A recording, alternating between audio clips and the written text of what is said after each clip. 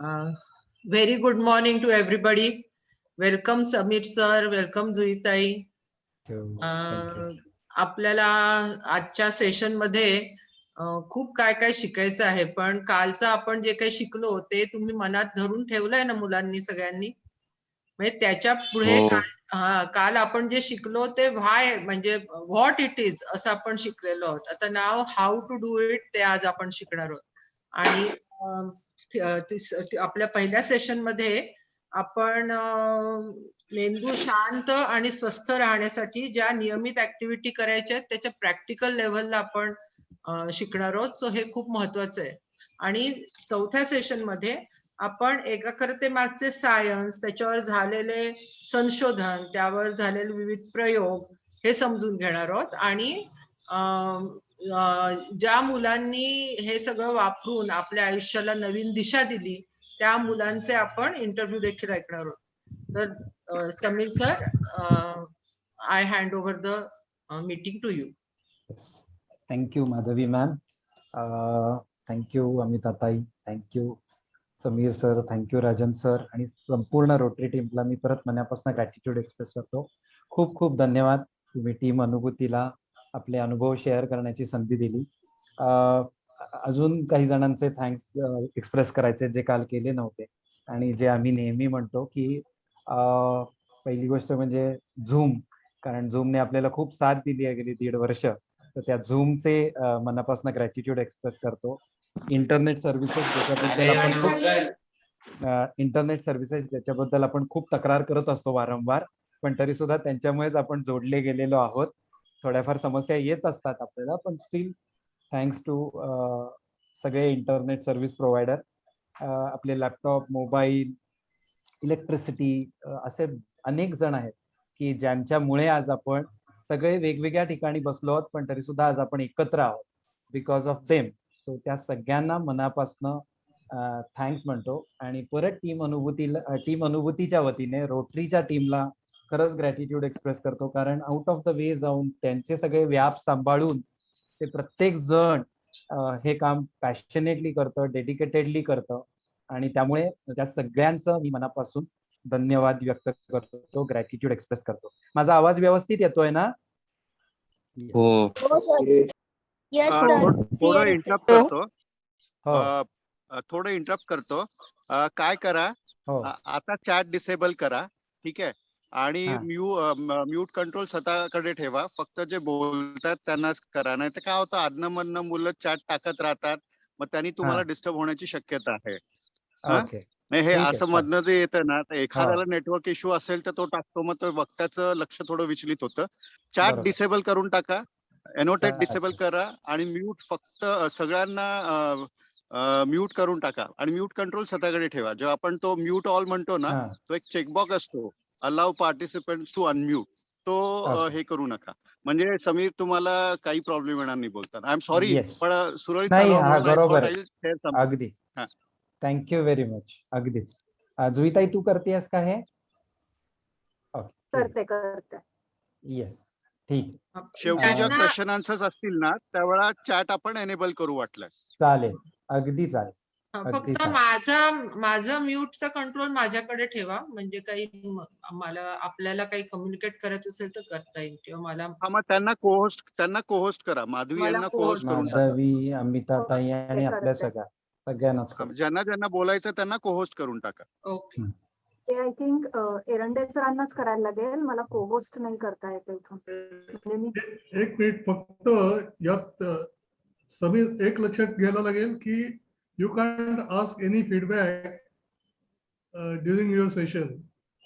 कधी कधी आपण विचारतो मुलांना कसं वाटतंय, तुम्ही ऍग्री करता की नाही, ते करता येणं शक्य नाही.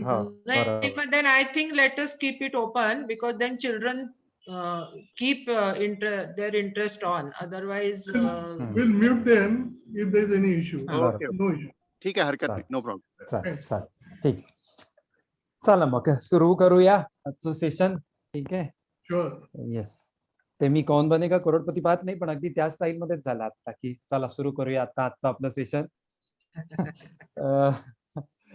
तर कालच्या सारखीच रिक्वेस्ट आहे जे आता समीर सरांनी आपण ह्याच्यावरती सगळ्यांनी डिस्कस केलं तेच. शक्यतो सगळ्यांनी म्यूट ठेवा, मध्ये मध्ये कोणीही बोलू नका. आम्ही आता सगळेच जण आता याला सराईत झालो आहोत, त्यामुळे आपण ते इग्नोर करून पुढे जातो, पण आपल्यामुळे दुसऱ्याला त्रास होऊ नये ही एक बेसिक गोष्ट आहे. त्यामुळे सगळ्यांनी त्याची योग्य ती काळजी घ्या. व्हिडिओ शक्यतो ऑन ठेवले तर खूप मजा येईल, कारण स्क्रीन कडे बघून फार मजा येत नाही. त्यामुळे जर तुमचे स्क्रीन छान असतील आणि चेहरे दिसले प्रसन्न, तर आम्हाला सेशन आम्ही अधिक एन्जॉय करू आणि तुम्ही पण अधिक एन्जॉय कराल, तुम्ही पण अधिक शिकाल. त्यामुळे सगळ्यांना विनंती आहे की शक्यतो तुमचे व्हिडिओज ऑन ठेवा, ऑडिओ म्यूट ठेवा आणि मध्ये मध्ये शक्यतो अजिबात काहीही चॅटमध्ये टाकू नका. ते good morning, good evening, good night हे आत्ता नको आहे, आपण ते सगळं नंतर करूया.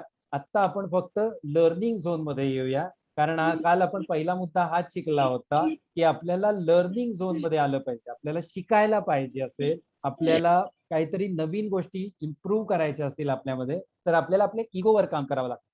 कारण कोणीही आपल्याला सजेशन दिलं की लगेच आपण इमिजिएटली ते पॉझिटिव्हली न घेता बरेच वेळा निगेटिव्हली घेतो आणि हे निगेटिव्हली घेतो, त्यामुळे आपण बरेच वेळा लर्निंग झोन मध्ये राहत नाही. सो लर्निंग झोन मध्ये राहिलात तर एज्युकेशन चांगलं होतं, तर शिक्षण चांगलं होतं आणि तर नवीन नवीन गोष्टी आपण शिकू शकतो. सो प्लीज सगळ्यांनी आपल्या लर्निंग झोन मध्ये राहा. आपल्याला आयुष्यभर स्टुडंट राहायचंय आणि हा जो इगो आहे हा आपला सगळ्यात मोठा एक नंबरचा शत्रू आहे. आपलाच अहंकार आपला एवढा विनाश करतो, आपलाच अहंकार आपला एवढा नाश करतो, तरी आपण त्याला खूप घट्ट धरून बसतो अनेक वेळा. तर आपल्याला त्याच्यावरच विजय मिळवायचा आहे, त्याच्यावर मात करायची आहे आणि समोरच्याकडनं पॉझिटिव्ह सजेशन घ्यायचे किंवा समोरच्याची सजेशन पॉझिटिव्हली घ्यायची आहेत, याच्यावर आपल्याला खरं काम करायचं. याच्याबद्दल काल आपण डिस्कस केलं होतं, ते पहिलं होतं. सेकंड आपण डिस्कस केलं होतं ते म्हणजे जॅपनीज टेक्निक कायझेन, याच्याबद्दल आपण काल बोललो होतो. त्या कायझेन म्हणजे चेंज फॉर बेटर, म्हणजेच छोट्या छोट्या आपण स्वतःमध्ये बदल करत राहिलो, छोटे छोटे स्वतःमध्ये इम्प्रुव्हमेंटच्या दृष्टीने पावलं टाकत राहिलो. फॉर एक्झाम्पल आता आपण 10 वाजता उठतोय, तर एकदम आपण 5 वाजता उठू शकत नाही, तर 10चं आपण 9:15 करू, 9:30 करू, असं करत हळूहळू करत स्टेप बाय स्टेप आपण आपल्याला स्वतःला इम्प्रूव्ह करूया, स्वतःमध्ये प्रगती करूया. हे आपण कायझेन टेक्निक मध्ये शिकलो होतो. कायझेन मध्येच अजून एक आपण टेक्निक शिकलो होतो, ते होतं PDCA. PDCA म्हणजे प्लॅन, डू, चेक, ऍक्ट. कुठलीही गोष्ट करताना आपण पहिली ती प्लॅन केली पाहिजे, मग प्लॅन प्रमाणे आपल्याला ती गोष्ट करायची आहे, दॅट इज डू, आणि नंतर प्लॅन प्रमाणे झालेलं आहे की नाही हे आपण चेक करायचं. आणि चेक केल्यावर आपल्याला लक्षात आलं की नाही मी प्लॅन एक केला होता, पण प्रत्यक्ष काम करताना काहीतरी वेगळंच घडलं, मग काय चुकलं आणि मी काय इम्प्रूव्ह करू शकतो हे चेक मध्ये पाहायचं आणि त्याप्रमाणे ऍक्ट करायचं. आणि परत ही सायकल आपल्याला रिपीट करायची आहे. हीच कंटिन्युअस इम्प्रुव्हमेंटची सायकल आहे, याला PDCA सायकल म्हणतात. त्यानंतर आपण शिकलो होतो ते म्हणजे हेल्दी हॅबिट्स. न्यूरोसायन्सने प्रूव्ह केलं गेल्या काही वर्षात की काही आपण हेल्दी हॅबिट्स जर फॉलो केल्या आणि त्या हेल्दी हॅबिट्सनी आपला ब्रेन अधिक पॉझिटिव्हली डेव्हलप होतो, ट्रान्सफॉर्म होतो आणि आपण शरीराने जरी म्हातारे झालो, वयाने जरी म्हातारे झालो, तरी आपला मेंदू तरुण राहतो, टवटवीत राहतो. त्याच्यासाठी काही 9 हॅबिट्स आम्ही शेअर केल्या होत्या, ज्या न्यूरोसायन्सने सिद्ध केलेल्या आहेत आणि अनुभूतीमध्ये आम्ही तेच गेले काही वर्ष फॉलो करतोय. त्यातली पहिली जी होती that is eat nutritious food. दुसरी जी होती ती exercise regularly at least for 30 to 45 minutes. त्यानंतर स्लीप फॉर 7 to 8 hours ही एक हे होती. त्यानंतर होती have an aim in life. आयुष्यात काहीतरी उद्दिष्ट पाहिजे, गोल पाहिजे. जर माणसाला गोल असेल तर माणूस स्वतःला चॅलेंज करू शकतो. सो चॅलेंज युअर सेल्फ ही 5वी हॅबिट होती. 6वी हॅबिट होती have an attitude of gratitude, म्हणजे आपल्याकडे जे काही आहे त्याबद्दल आपण थँकफुल असलं पाहिजे आणि आपण आतून ते फील केलं पाहिजे आणि आपला ग्रॅटिट्यूड आपण एक्सप्रेस पण रेग्युलरली केला पाहिजे, वारंवार केला पाहिजे. त्यानंतरची हॅबिट होती socialise with others and social responsibilities घ्या. जसं आपल्या आजूबाजूला अनेक लोक सतत सोशल रिस्पॉन्सिबिलिटीज घेत असतात. रोटरीने आता जे सेशन ऑर्गनाईज केलंय त्याबद्दलही आपण काल बोललो होतो की हे सोशल रिस्पॉन्सिबिलिटी म्हणूनच काम केलं जातं. सो सोशल रिस्पॉन्सिबिलिटी घ्या. त्यानंतर पुढची गोष्ट म्हणजे प्राणायाम आणि मेडिटेशन याची नियमितपणे हे करत राहा. आणि शेअर युअर नॉलेज. तुमचं जे नॉलेज आहे ते इतरांबरोबर शेअर करायचा प्रयत्न करा. त्यामुळे आपोआपच तुमच्या ब्रेन मधनं पॉझिटिव्ह न्यूरोट्रान्समीटर सिक्रेट होतात किंवा तुमचा ब्रेन हेल्दी होतो, ज्याच्यामध्ये एंडॉर्फिन, डोपामाइन, ऑक्सिटोसिन, सेरोटोनिन अशी काही न्यूरोट्रान्समीटर सिक्रेट होतात, ज्यामुळे आपल्याला फील गुड फॅक्टर येतो. असं आपण काल सगळं डिस्कस केलं होतं आणि ह्याचा मी आता फास्ट शॉर्ट मध्ये रिकॅप घेतलेला आहे.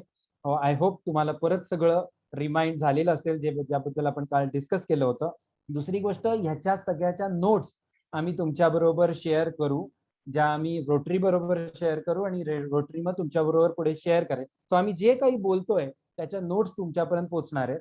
सो तुम्ही जे काही ऐकाल ते डेफिनेटली तुम्हाला नंतर सुद्धा काही महिन्यांनी जर काही विसरलात तर त्या नोट्समुळे तुमचं ते नव्याने एक उजळणी होईल, रिव्हिजन होईल. सो इथपर्यंत आपलं कालचं बोलणं झालंय. आता आपण आजच्या सेशन कडे वळू. आजचा पहिला टॉपिक आहे that is improving emotional fitness, म्हणजेच मानसिक स्वास्थ्य सुधारणा. यावरती आपल्याला काम करायचं आहे आणि त्या दृष्टीने कालच्या ऍक्टिव्हिटी ज्या आपण समजून घेतल्या किंवा कालच्या ऍक्टिव्हिटी ज्या आपण शिकलो त्याच्यामागचं न्यूरोसायन्स काय आहे, त्याच्यामागचं सायन्स काय आहे, त्याच्यामागची थिअरी काय आहे, त्याच्यामागचे कॉन्सेप्ट काय आहेत, त्याच्यामागचे रिसर्चेस काय आहेत आणि त्याचप्रमाणे हे आज जे आपण काल 4 मुलांनी तुमच्या बरोबर त्यांचं शेअरिंग केलं, आज पण आपल्या बरोबर 4 मुलं आहेत जी त्यांचं शेअरिंग करणार आहेत आणि त्यांचे एक्सपिरियन्स सांगणार आहेत की आम्ही ही टेक्निक्स आमच्या आयुष्यात वापरली आहेत आणि आमचं आयुष्य कसं बदललंय हे तुम्हाला ह्या सगळ्या दादाताई आज सांगणार आहेत. हे सगळे थोडे तुमच्यासाठी दादाताई आहेत कारण तुम्ही 8वी 9वी 10वीची मुलं आहात आणि ही हार्डली तुमच्यापेक्षा 1-2-3 वर्षांनी मोठी मुलं त्यातल्या त्यात आहेत. सो आज आपण त्याच्यामागचं न्यूरोसायन्स समजून घेणार आहोत आणि मग पुढचं म्हणजे याच्याशीच रिलेटेड एक गोष्ट आहे की आपण सगळे अभ्यास करणं अपेक्षित आहे आणि आपण करत पण असतो आणि सध्याच्या 1.5 वर्षात अभ्यासाची आपली जरा प्रॅक्टिस कमी झालेली आहे, पण तो आपल्याला करावा लागतोच आयुष्यभरासाठी वेगवेगळ्या पद्धतीने. म्हणजे तुमचं सेशन घ्यायचंय तर त्याचाही आमच्यापैकी प्रत्येकाला काही करावाच लागतो सतत. सो अभ्यास हा प्रत्येकाला करावा लागतो आणि अभ्यास करताना एक बाय प्रॉडक्ट अनेक वेळा अनेकांना येतं ते म्हणजे स्ट्रेस, ताणतणाव.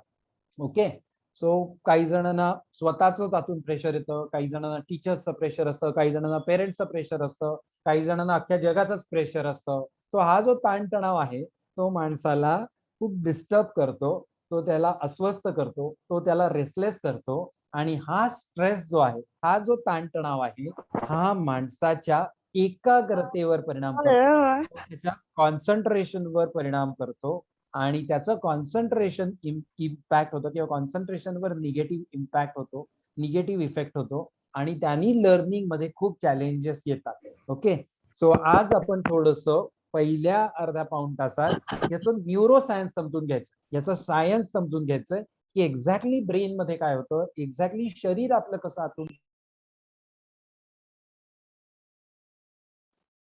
आणि ह्याच्यावर आपल्याला काम करायला हवं. ओके, सो ह्याच्यावर आपण काम करूया आणि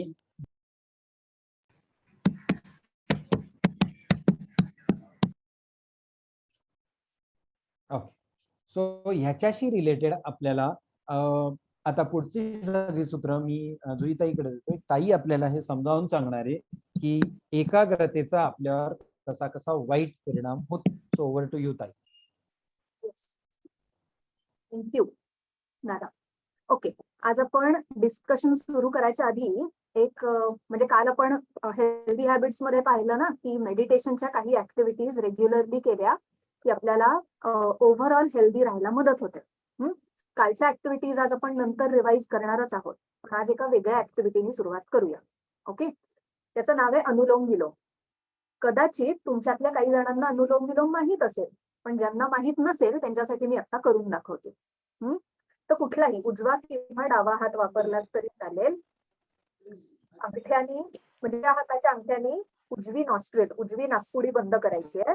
डाव्या बाजूने श्वास घ्यायचा आहे. ओके, श्वास घेऊन पूर्ण झाला की डावी नाकपुडी बंद करायची जी आधी बंद केली होती उजवी ती उघडायची आणि तिथून हळूहळू श्वास सोडून द्यायचा.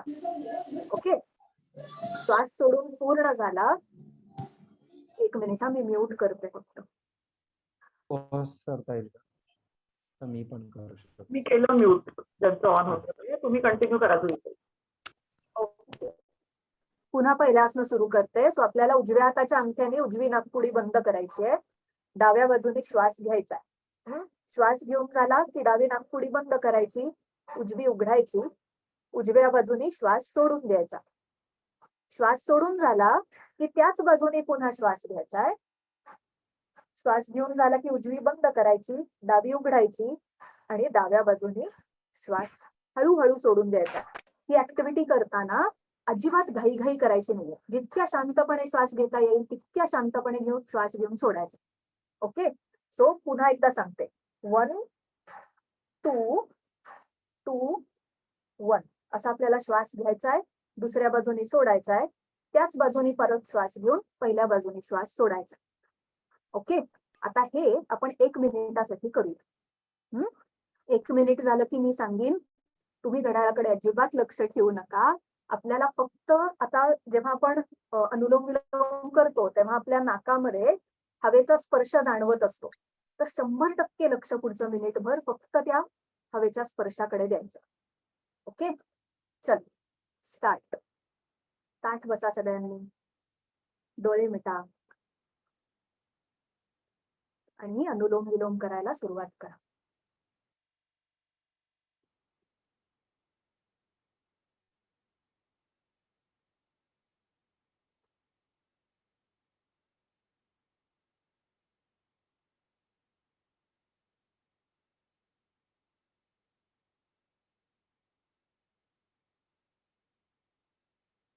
सगळं लक्ष फक्त श्वासावर ठेवा.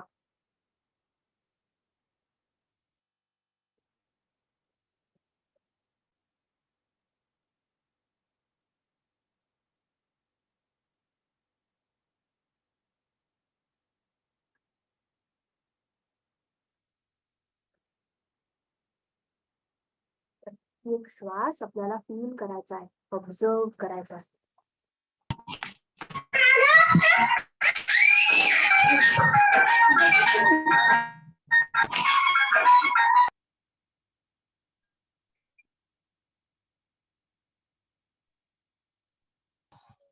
डोळे उघडावेसे वाटले की हळूहळू डोळे उघडले तरी चालेल.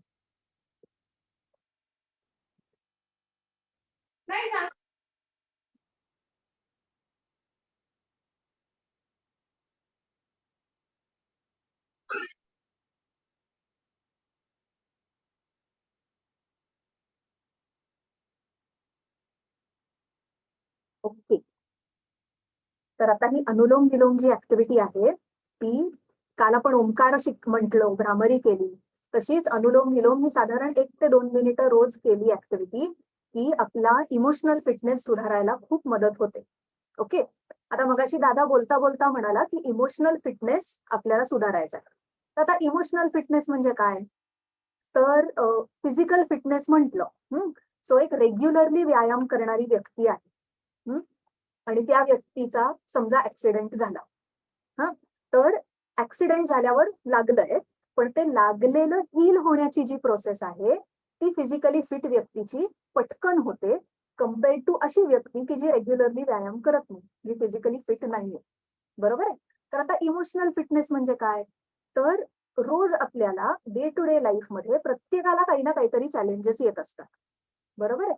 म्हणजे कधी कधी दादा म्हणला असा परीक्षेचा ताण असतो, आई बाबांसाठी ऑफिसचा ताण असतो, किंवा कधी कधी आपल्याला हवं असतं ते मिळत नाही, मनासारखं घडत नाही. सो हे तसं म्हटलं तर सगळे चॅलेंजेस आहेत ज्याचा डायरेक्टली आपल्या इमोशन्सवर परिणाम होतो. बरोबर आहे.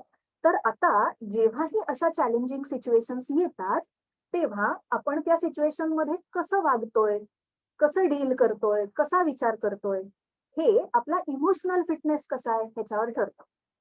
ओके, म्हणजे मी समजा इमोशनली फिट नसीन तर मला छोट्या छोट्या गोष्टी जेव्हा माझ्या मनासारख्या होत नाहीत तेव्हा खूप राग येईल, किंवा मला कोणीतरी थोडंसं जरी काहीतरी बोललं तर खूप वाईट वाटेल, किंवा प्रश्न कोणीतरी विचारला तर उत्तर द्यायला भीती वाटेल. ओके, सो आपल्याला इमोशनली फिट व्हायचंय म्हणजे काय करायचंय, तर कुठलाही चॅलेंजिंग सिच्युएशन आपल्या समोर आली तर आपण त्याच्याशी इफेक्टिव्हली डील करू शकलो पाहिजे. आणि जेव्हा आपण इफेक्टिव्हली डील करू शकतो तेव्हा असं आपण म्हणू शकतो की आपण इमोशनली फिट आहोत. ओके, सो आता काल आपण पाहिलं की लर्निंगच्या प्रोसेसमध्ये इगो हे खूप मोठं ऑब्स्टॅकल आहे. म्हणजे इगो असला तर आपलं लर्निंग तेवढं चांगलं होत नाही. तसंच इमोशनल फिटनेसच्या कॉन्टेक्स्टमध्ये स्ट्रेस नावाची एक गोष्ट आहे ज्याच्यामुळे चॅलेंजेस निर्माण होतात. ओके, सो आपण जर कायम स्ट्रेस अंडर राहत, म्हणजे आपण कायम स्ट्रेस्ड असू, स्ट्रेसफुल आपल्याला सतत वाटत असेल तर ओव्हर टाइम आपला इमोशनल फिटनेस खूप कमी होत जाते. ठीक आहे, तर ओके, एक पीपीटी शेअर करते आणि मग पुढे बोलते.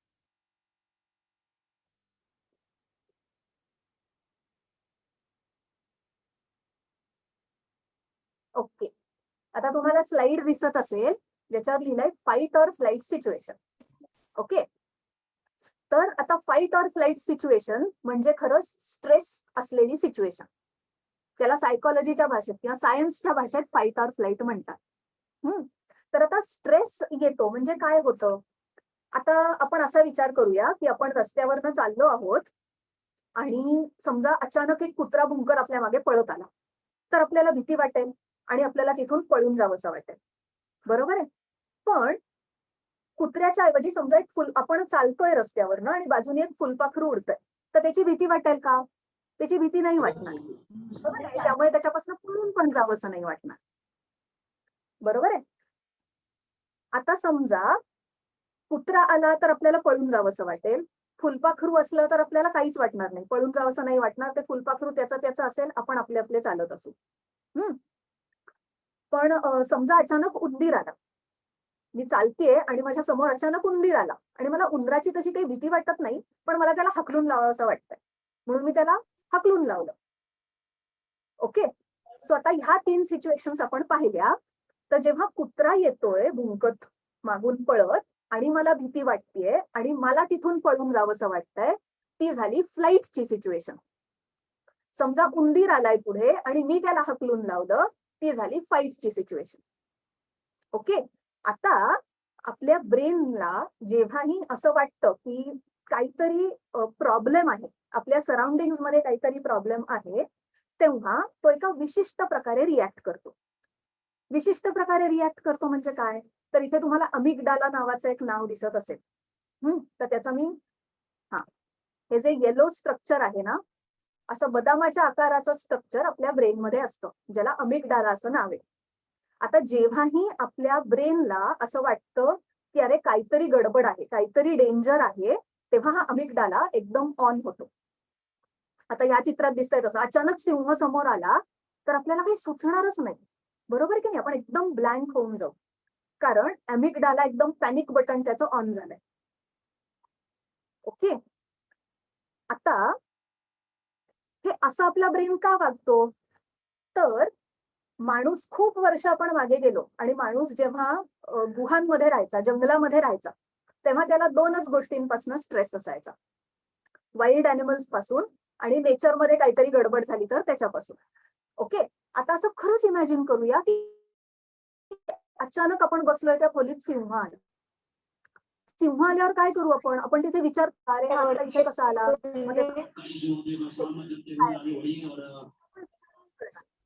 त्या सिच्युएशन मधनं बाहेर कसं पडता येईल हा विचार करू, बरोबर आहे. सो अशा वेळेस जेव्हा जेव्हा आपल्या ब्रेनला डेंजर आहे असं जाणवतं तेव्हा आपला ब्रेन पहिलं काय करतो, तो विचार करणं बंद करून टाकतो आणि काही वेगळे रिस्पॉन्सेस तिथे येतात. म्हणजे आपले डोळे मोठे होतात, श्वास घेण्याचा रेट वाढतो, हार्ट रेट वाढतो. तसंच डायजेस्टिव्ह सिस्टीम बंद होऊन जाते. जशी विचार करण्याची सिस्टीम बंद होते तशीच डायजेस्टिव्ह सिस्टीम बंद होते. ओके, किंवा आपल्याला कुठेतरी लागलं असलं तर ती हील होण्याची जी प्रोसेस सुरू असते ती बंद होऊन जाते. असे शरीरावर अनेक परिणाम होतात कारण ब्रेनला एवढंच माहिती असतं की आत्ता आपल्याला या डेंजरस सिच्युएशन मधनं बाहेर पडायचं. ओके, आता आत्ताच्या ह्याच्यात येतो का रे सिंह, असा कधी येत नाही. म्हणजे आपण इथे खोलीत बसलोय तिथे काही सिंह येणार नाही, पण बाकी खूप छोट्या छोट्या गोष्टी होत असतात ज्याच्यामुळे आपल्याला स्ट्रेस येतो. म्हणजे आता फॉर एक्झाम्पल असा विचार करा की आपण परीक्षा लिहायला बसलोय हा, आणि अचानक पुढे पेपरमध्ये एक प्रश्न आला ज्याचं आपल्याला उत्तरच माहित नाहीये आणि आपण एकदम ब्लँक होऊन जातो. जितका विचार करायला लागतो तितकं काहीही सुचेन असं होतं, घाम फुटतो, कापायला लागतात हातपाय. बरोबर आहे. हे झालं म्हणजे काय झालं, तर ब्रेनला स्ट्रेस आलाय आणि आता ब्रेन विचारच नाही करू शकत. ओके, सो ही झाली एक सिच्युएशन. पण जर सकाळपासून रात्रीपर्यंत आपल्याला दर तासाला असं काहीतरी होत असेल तर त्याचा आपल्या बॉडीवर इम्पॅक्ट व्हायला लागतो. म्हणजे मला प्रत्येक वेळेस स्ट्रेस आला की माझा ब्रेन विचार करू शकणार नाहीये, मला प्रत्येक वेळेस स्ट्रेस आला की माझं डायजेशन बंद पडणार आहे, प्रत्येक वेळेस स्ट्रेस आला की इम्युन सिस्टीम बंद पडणार आहे. ओके, आणि मग ह्याचा जसे जसे आपण मोठे होत जातो, 40 इयर्स ओल्ड होतो, 50 वर्षाचे होतो, तसं तसं शरीर ते सस्टेन नाही करू शकत आणि मग आपल्याला वेगवेगळे काहीतरी त्रास व्हायला लागतात. ओके, त्यामुळे आपल्याला इमोशनल फिटनेस का डेव्हलप करायचा आहे, तर तो अशासाठी डेव्हलप करायचा आहे की जेव्हा जेव्हा मला स्ट्रेस येईल तेव्हा तेव्हा मी जर त्याच्याशी इफेक्टिव्हली डील करू शकले तर बॉडीवर होणारे जे परिणाम आहेत ते कमी होतील. ओके, पण आता आपल्याला असा प्रश्न पडेल की पण स्ट्रेस म्हणजे आता परीक्षा तर असणारच आहे, ट्रॅफिक जॅम मध्ये आपण अडकणारच आहोत, कधीतरी होमवर्क झाला नाही की टीचर ओरडणारच आहेत, मग आहेच आहेत की स्ट्रेसेस. बरोबर आहे. तर स्ट्रेस ऍक्च्युली ही आपल्या आत घडणारी गोष्ट आहे. हा, म्हणजे आता काही लोकांना कुत्र्याची भीती वाटते, काही लोकांना कुत्र्याची भीती वाटत नाही. बरोबर आहे. म्हणजे कुत्रा हा स्ट्रेस नाहीये, तर मी त्या सिच्युएशन कडे कशी बघतीये ह्याच्यावर ठरतं की मला त्या गोष्टीचा स्ट्रेस येतोय का नाही येतोय. ओके, आणि आपण ह्या ज्या मेडिटेशनच्या ऍक्टिव्हिटीज कालपासून डिस्कस करतोय त्यांनी काय होतं, तर आपल्या आजूबाजूला ज्या सिच्युएशन्स आहेत त्यांच्याकडे बघण्याचा आपला पर्स्पेक्टिव्ह बदलतो. म्हणजे पूर्वी जर मला कोणीतरी प्रश्न विचारला की माझा अॅमिगडाला पॅनिक मोडमध्ये जाऊन जो मला स्ट्रेस येत होता, तो मी या जर ऍक्टिव्हिटीज रेग्युलरली करत राहिले तर तो पॅनिक मोड बंद होऊन मी विचार करून त्या सिच्युएशन मध्ये रिस्पॉन्स देऊ शकते, कारण माझा इमोशनल फिटनेस वाढलेला असतो. ओके, सो आता आपण असं समजून घेतलं इमोशनल फिटनेस म्हणजे काय आहे आणि स्ट्रेस इमोशनल फिटनेस कसा अफेक्ट करतो आणि स्ट्रेसशी इफेक्टिव्हली डील करायचं असेल तर इमोशनल फिटनेस का गरजेचा आहे. ओके, सो आता इथे पुन्हा काही मिनिटांसाठी दादा शेअरिंग करणार. येस, थँक्यू जुईताई. गेल्या वर्षी आपल्यातल्या अनेक जणांनी हे अनुभवलं असेल की जेव्हा हे सगळं कोरोनाचं प्रकरण सुरू होतं अजूनही आहे, प्रचंड पॅनिक व्हायचे आणि काही जण हे बऱ्यापैकी त्या सिच्युएशन बरोबर डील करू शकत होते. सो हे ब्रेन मध्ये कसं घडतं हे आता आपल्याला ताईंनी सांगितलं की ज्यांचा अॅमिगडाला हा अस्वस्थ असतो किंवा अॅमिगडाला पॅनिक बटन दाबतो तिथे चॅलेंजेस येतात असं ताई म्हणाली. हे थोडंसं अजून एका ह्यात एक एक्झाम्पल ऍड करतो, ते म्हणजे गेल्या वर्षी 1-2 वर्षापूर्वी चीनने लडाख मध्ये थोडस अतिक्रमण केलं. हे आपल्याला सगळ्यांना माहिती आहे. त्यांची एक सेना लडाख मध्ये आली आणि मग इंडियन आर्मीने काय केलं की इंडियन आर्मीने तिथे एक्स्ट्रा आर्मी पाठवली, बिकॉज ती जागा प्रोटेक्ट करायची आहे, ती फाईट करायची आहे, म्हणून इंडियन आर्मीने एक्स्ट्रा तिथे आर्मीची लोक पाठवली. मग सगळी लोक तिथे आली, आर्मी, एअरफोर्स, अजून जे जे काही इंडियातले डिपार्टमेंट्स आहेत सिक्युरिटीशी रिलेटेड ते सगळे तिथे वाढले आणि तिथे संख्या का, तर आपल्याला आपली जी जमीन आहे त्याचं रक्षण करायचं आहे म्हणून. तसंच हा जो ब्रेन आहे ना, तो ब्रेन पण असंच करतो पॅनिक मोडमध्ये. काय करतो तो पॅनिक मोड म्हणजे एखादा स्ट्रेस आला की अॅमिगडाला हा ही सिच्युएशन हँडल करतो. हे ताईने आपल्याला सांगितलं की अॅमिगडाला मध्ये त्याचं प्रोसेसिंग होतं. आता हा जो अॅमिगडाला आहे त्याला जर आपण त्याच्यावर काम केलं नाही, ज्या ऍक्टिव्हिटीज केल्या नाही, ज्या काल आपण 9 डिस्कस केल्या, तर काय होतं हळूहळू हा अॅमिगडाला छोट्या छोट्या गोष्टींनी पण पॅनिक व्हायला लागतो. ओके, म्हणजे सुरुवातीला समजा त्याला भीती वाटत असेल की फक्त परीक्षेचा स्ट्रेस येत असेल, असं जर होत असेल तर त्याच्यावर जर काम केलं नाही त्या भीतीवर, तर हळूहळू प्रत्येक गोष्टीचा स्ट्रेस येतो. म्हणजे सकाळी उठण्याचा स्ट्रेस येतो, अंघोळ करायचा स्ट्रेस येतो, घरातनं बाहेर पडायचा स्ट्रेस येतो. सो प्रत्येक गोष्टीचा स्ट्रेस वाढायला लागतो, कारण ब्रेन अॅमिगडाला मध्ये जास्त लक्ष द्यायला लागतो किंवा तिथे जास्त सेल्स, ब्रेन सेल्स पाठवतो, ज्याला न्यूरॉन्स म्हणतात. ओके, जसं ती सिच्युएशन हँडल करायला आर्मीने एक्स्ट्रा फोर्स तिथे पाठवला, तसा ब्रेन अॅमिगडाला मध्ये वेगळे सेल्स, तिथले जे सेल्स असतात ते पाठवतो आणि माणूस लवकरात लवकर पॅनिक व्हायला. म्हणून आपल्याला स्ट्रेसवर काम करणं खूप गरजेचं आहे. सो इथपर्यंत आपण आता बोललेलो आहोत. आता आपण पुढे जायचंय. पुढे जाताना आपल्या बरोबर आज एक दादा आहे, श्रीरंग दादा म्हणून. आज जरा आपल्या सगळ्यांपेक्षा, आपल्या म्हणजे माझ्यापेक्षा नाही पण तुमच्या सगळ्यांपेक्षा जरा मोठा आहे आणि गेले 1 वर्षभर, खूप वर्ष रादर, त्याला लहानपणीपासनं स्ट्रेसची तो सामना करत होता आणि गेले 1 वर्ष तो ह्या स्ट्रेसवर काम करण्यासाठी खूप एफर्ट्स घेतोय. आजही त्याला काही प्रमाणात स्ट्रेस आहे. इव्हन तुमच्याशी बोलायचा सुद्धा त्याला काही प्रमाणात स्ट्रेस आहे. पण गेल्या 1 वर्षात त्यांनी स्ट्रेसवर बरीच मात केली आहे आणि तो त्याचे एक्सपिरियन्स आपल्या बरोबर त्याच्या आयुष्यात अशा पद्धतीने पहिल्यांदाच शेअर करतो. सो आपण श्रीरंग दादाकडनं त्याचे एक्सपिरियन्स समजून घेऊयात, ऐकून घेऊयात. श्रीरंग दादा, ही सगळी आपलीच मुलं आहेत, त्यामुळे तू बिंदास बोल. हॅलो, आवाज येतोय का माझा? Yes sir. Okay okay. माझं नाव आहे श्रीरंग कुलकर्णी. तर मला लहानपणापासून छोट्या छोट्या गोष्टींचा खूप स्ट्रेस यायचा. म्हणजे परीक्षा असू दे किंवा नॉर्मल गोष्टी, जसं आपण गृहपाठ देतो. सपोज आता माझा गृहपाठ नाही कम्प्लीट झाला तर त्याचा मला प्रचंड ताण यायचा. कधी कधी मी शाळेत पण नाही जायचं. तर अशा घटना माझ्यासोबत रेग्युलरली व्हायच्या. आता मला कळायचं नाही की बाबा माझ्यासोबतच असं का होतं, कारण मला कळायचं नाही की बाकीचे तर मित्र बऱ्याच वेळेस ते पण गृहपाठ नाही करायचे, पण ते तर नॉर्मली शाळेत जायचे, पण मग माझ्यासोबत असं का होतंय, असं मला खूप दिवस असा प्रश्न पडायचा. आणि मी त्यानंतर जेव्हा मी अनुभूती जॉईन केली तेव्हा मग मला कळालं की माझं जे स्ट्रेस मॅनेजमेंट आहे ते व्यवस्थित नाहीये. आणि मला जेव्हा आपण खूप प्रचंड स्ट्रेस घेतो, जसं जुईताई बोलली की त्याचा आपल्या बॉडीवरती पण इफेक्ट होतो. आता मला कुठले लक्षण जाणवायचे मी सांगतो तुम्हाला.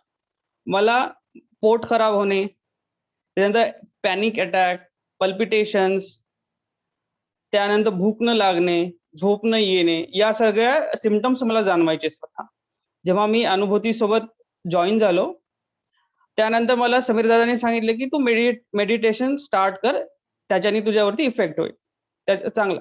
पण मला वाटायचं की मेडिटेशन करण्याने माझ्या स्ट्रेसवरती काय इफेक्ट होणार आहे त्याचा, कारण फक्त शांत बसणार आपण, अनुलोम विलोम करणार, भ्रामरी करणार, आणि त्याचा आणि स्ट्रेसचा काय संबंध, हा माझा पहिला क्वेश्चन होता त्यात. तर ते काय मला बोलले की तू फक्त हे ब्लाइंडली फॉलो कर आणि आपण काही दिवसांनी वाट पाहू आणि तू मग सांग मला की तुझ्यावरती काय इफेक्ट होतोय त्याचा. तर मी रेग्युलरली अनुभूतीचे सेशन जॉईन करायला लागलो मेडिटेशनचे, आणि काही महिन्यानंतर हा माझा स्वतःचा एक्सपिरियन्स आहे की जो ज्यांना हा त्रास होतो ते स्वतः नंतर एक्सपिरियन्स करू शकतात जे रेग्युलरली मेडिटेट करतात. माझे पल्पिटेशन्स बंद झाले.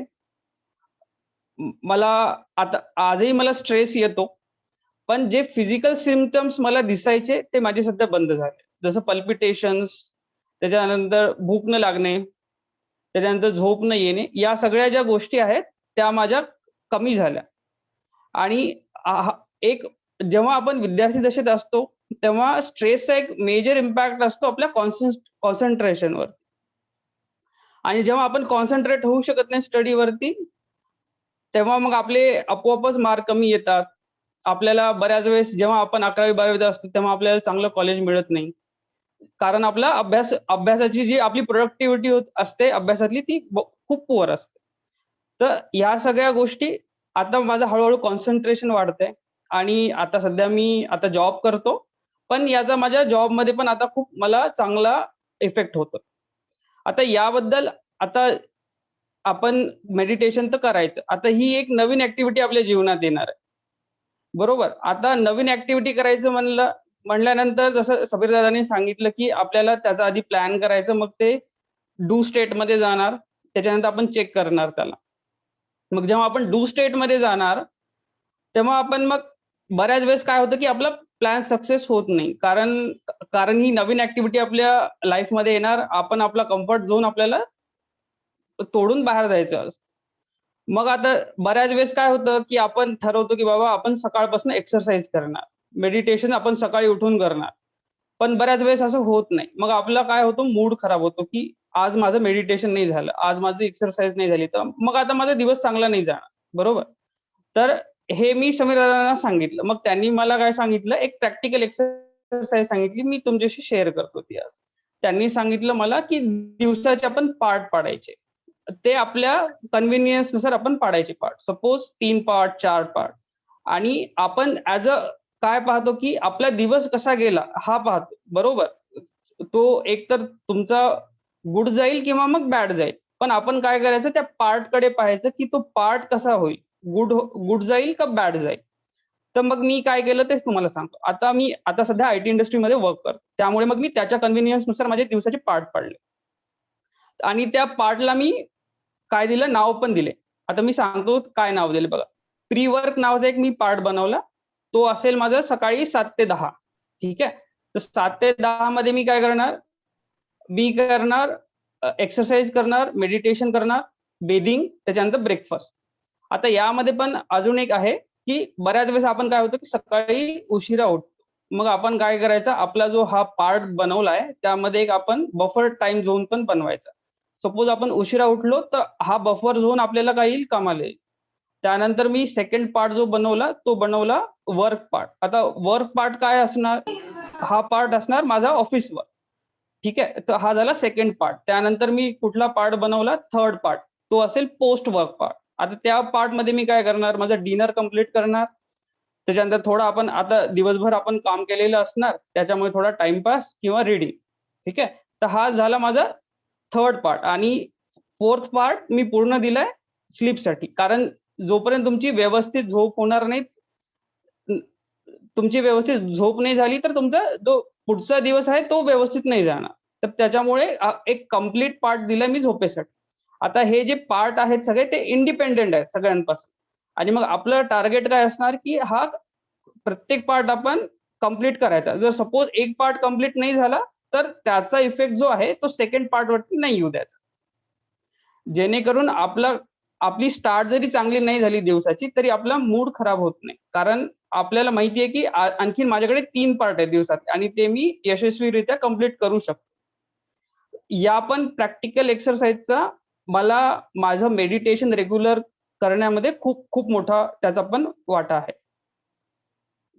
हे 2 माझे एक्सपिरियन्स आहेत. जो फर्स्ट की स्ट्रेस मॅनेजमेंट, मला रिअलाइज झालं की माझं स्ट्रेस मॅनेजमेंट पुअर आहे, आणि सेकंड पार्ट मध्ये मग त्याला इम्प्लिमेंट कसं करायचं, की मेडिटेशननी ते आपल्याला होतं माहितीये कमी होत आहे, पण मेडिटेशन पण रेग्युलरली करण्यासाठी पण आपल्याला प्रयत्न करावे लागतात.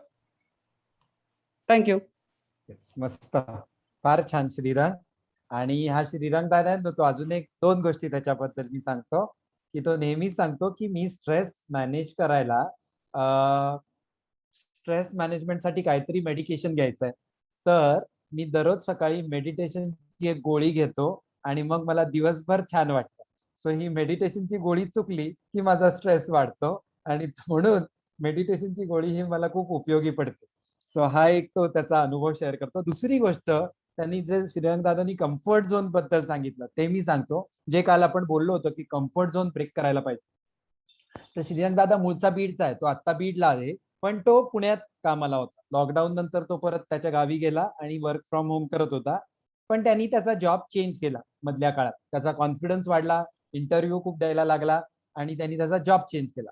जॉब चेंज केल्यावर त्याच्याकडे 2 ऑप्शन होते. एक, पुण्याला जॉब घ्यायचा, किंवा दुसरा, त्याचीच ती कंपनी जी आहे ती बँगलोरला पण आहे त्याचं ऑफिस, तर बँगलोरला घ्यायचं. तर त्यांनी श्रीरंग दादांनी आपला कम्फर्ट झोन ब्रेक करण्यासाठी बँगलोर हे त्याचं ऑफिस निवडलं, कारण त्याला पुण्यात त्यांनी इतके वर्ष काम केलंय. तर तो म्हणाला मला आता माझं कम्फर्ट झोन पूर्णच ब्रेक करायचं, म्हणून मी बँगलोर सेंटर मध्ये जाऊन जॉब करीन. सो जेव्हा कधी हे ओपन होईल तेव्हा तो बँगलोरला जाणार आहे. सो एकदा माणूस कम्फर्ट झोन ब्रेक करायला लागला की तो वेगवेगळ्या पद्धतीने वेगवेगळे गोष्टी शोधतो आणि स्वतःला चॅलेंज करतो.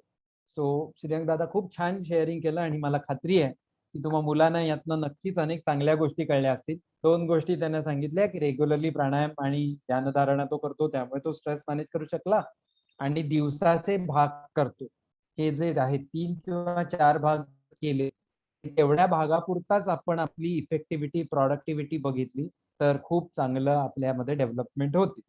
सो आता पुढच्या टप्प्याकडे जाऊया. तो म्हणजे काल एक प्रश्न विचारला होता की ब्लू रेज जर असतील स्क्रीनला आपण लावल्या तर काय परिणाम होतो, म्हणजे ते सेफ आहे का?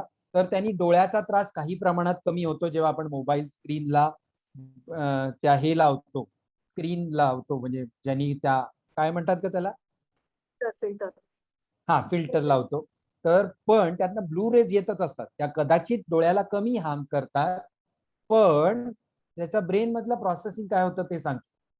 आपण झोपतो म्हणजे मेंदूतनं एक परत केमिकल रिलीज होतं, सिक्रीट होतं, स्त्रवतं, त्याला म्हणतात मेलॅटॉनिन. मेलॅटॉनिन हे बघा, स्लीप वेक सायकलचा आपल्या समोर पिक्चर दिसतंय. हा, तर एक मेलॅटॉनिन नावाची एक दुसरी इमेज आहे बघा, ही मेलॅटॉनिन सिक्रीट होतं जेव्हा आपण झोपतो तेव्हा. जेव्हा आपल्याला झोप येते, डोळे मिटले जातात, तेव्हा या पिनियल ग्लँड मधनं मेलॅटॉनिन सिक्रीट होतं. मेलॅटॉनिन सिक्रीट झालं की आपल्याला झोप येते. ओके, आता जे जे छान झोपतात तेव्हा हे मेलॅटॉनिन सिक्रीट होतं, म्हणजे जेव्हा तुमचे डोळे मिटायला येतात तेव्हा लक्षात घ्या मेलॅटॉनिन सिक्रीट होतं, जे रात्री होतं. आता सकाळी जेव्हा आपण उठतो आणि आपल्याला फ्रेश वाटतं तेव्हा सेरोटोनिन नावाचं एक केमिकल सिक्रेट होतं, जे पॉझिटिव्ह आहे असं आपण म्हटलेलं आहे. ओके, पण ह्या स्क्रीनमुळे काय होतं माहिती का, या स्क्रीन मधनं ज्या रेज येतात त्यामुळे हे मेलॅटॉनिन जे सिक्रीट होण्याचं जे प्रकरण आहे ना, त्याच्यावरच परिणाम होतो. कारण ब्रेनला हे कळतच नाही की रात्र झाली आहे किंवा आता झोपायचं आहे. त्याच्यामुळे ब्रेन हा अलर्ट राहतो काही प्रमाणात त्या रेजमुळे आणि मेलॅटॉनिन सिक्रेट होत नाही. काही जण काय करतात की झोप येत नाही म्हणून स्क्रीन पाहतात आणि म्हणून त्यांची झोप अजून उडते, कारण ते मेलॅटॉनिन सिक्रेट होत नाही, कारण त्यातनं रेज बाहेर येतात. त्या रेज मेलॅटॉनिनच सिक्रेट होऊ देत नाही. सो ते केमिकल सिक्रेट होण्यासाठी या स्क्रीन मधनं आपण भले ते फिल्टर लावले तरी सुद्धा ते मेलॅटॉनिन सिक्रेट होत नाही. सो मेलॅटॉनिन सिक्रेट करायचं असेल तर म्हणून रात्री झोपण्यापूर्वी 2 तास कोणत्याही प्रकारचा स्क्रीन पाहायचा नाही, असं एक आम्ही सजेस्ट करतो. आम्ही स्वतः शक्यतो रात्री अजिबात 8:30 नंतर पाहत नाही. रेअर केसेस मध्येच आम्ही रात्री स्क्रीन पाहतो, पण जनरली आम्ही रात्री कुठल्याही प्रकारचा स्क्रीन पाहत नाही, कारण दिवसभर ऑलरेडी आम्ही तो स्क्रीन पाहत असतो. तुमचंही सध्या तेच आहे सगळ्यांचं मुलांचं, त्यामुळे तुम्हाला सजेस्ट करतो की शक्यतो मोबाईलची स्क्रीन अवेअर राहून वापरा. ओके, सो हा कालचा जो प्रश्न होता त्याचं हे उत्तर आहे की स्क्रीन फिल्टरमुळे किती काय परिणाम होतात. आता आपण पुढच्या मुद्द्याकडे वळूया, तो म्हणजे आपला ब्रेन जो आहे ना तो खूप मोल्ड होऊ शकतो, फ्लेक्झिबल होऊ शकतो. आणि हा जो फ्लेक्झिबल होऊ शकतो तो कसा फ्लेक्झिबल आहे, तर माझ्या हातात आहे ना, दिसतंय का तुम्हाला, हे माझ्या हातात आहे, तो क्ले आहे. ठीक आहे, हा क्ले आहे. तर आता हा क्ले मी कसाही मोल्ड करू शकतो. हा जो क्ले आहे तो मी कसाही मोल्ड करू शकतो. हे बघा, असा मोल्ड केला, याचं मी असं हे केलं, आता ह्याचं मी असा चपटा भाग केला. ओके, याचं मी गोळा करतो. सो हा क्ले जो आहे तो कसाही होऊ शकतो, काही होऊ शकतं या क्लेचं. हे बघा तुमच्या समोरच दिसतं. आपला ब्रेन लिटरली असा असतो, आपला ब्रेन लिटरली असा मोल्ड होतो. ओके, लिटरली असे चेंजेस ब्रेन मध्ये होतात. आश्चर्य वाटत असेल ना तुम्हाला मुलांनो? ताई आपल्याला पुढे एक स्टोरी सांगणारच आहे नंतर काही वेळांनी, पण आपल्या ब्रेनची ही क्षमता आहे. सो श्रीरंग दादाचा लहानपणीपासूनचा जो ब्रेन होता, जो छोट्या छोट्या गोष्टींनी पॅनिक व्हायचा, पण त्यांनी एफर्ट्स घेतले आणि ब्रेनला ट्रेनिंग दिलं आणि त्या ट्रेनिंग दिल्यानंतर त्याचा ब्रेन हा त्याच सिच्युएशन मध्ये कम्फर्टेबली तीच गोष्ट हँडल करायला लागला. आता त्याला त्या छोट्या छोट्या गोष्टींचा स्ट्रेस येत नाही, कारण ब्रेननी स्वतःला मोल्ड केलंय आता. ओके, काही लोक म्हणतात की मी चहा शिवाय जगूच शकत नाही असं म्हणतात, पण एक दिवस त्यांच्या जीवनात काहीतरी घडतं आणि ते पूर्ण चहा सोडतात. म्हणजे काय होतं, तर ब्रेन त्यांचा मोल्ड होतो, तो बदलतो. ब्रेन बदलू शकतो, ब्रेन मधल्या लिंक्स बदलू शकतात, ब्रेन मधल्या हॅबिट्स बदलू शकतात, स्वभाव बदलू शकतो. फक्त एकच गोष्ट आहे, त्या माणसाला ठरवायला लागतं की माझ्या मेंदूला मला बदलायचं. म्हणजे कोणाला ठरवायचं आहे? मेंदूलाच ठरवायचंय की मेंदूला बदलायचं. ओके. जर तुमच्या मेंदूने ठरवलं की तुमच्या मेंदूला तुम्ही बदलणार, तर तुमचा मेंदू तुमच्या मेंदूला बदलणार. ओके. माझा मेंदू तुमच्या मेंदूला बदलू शकत नाही, तुमचा मेंदू तुमच्या मेंदूला बदलू शकतो आणि माझा मेंदू माझ्या मेंदूला बदलू शकतो. ओके. सो तुम्ही म्हणाला हे कोण करणार, दररोज कोण एक्सरसाइज करेल, दररोज कोण प्राणायाम ध्यानधारणा करेल, दररोज कोण ग्रॅटिट्यूड एक्सप्रेस करेल, तर तुमचा ब्रेन नाहीच करणार, कारण तुमच्या ब्रेनने ऑलरेडी ठरवले हे करणार नाही. आणि तुमच्या ब्रेनने ठरवलं की काय वाटेल ते झालं तरी मी करणारच, तर तुमचा ब्रेन ते करणारच.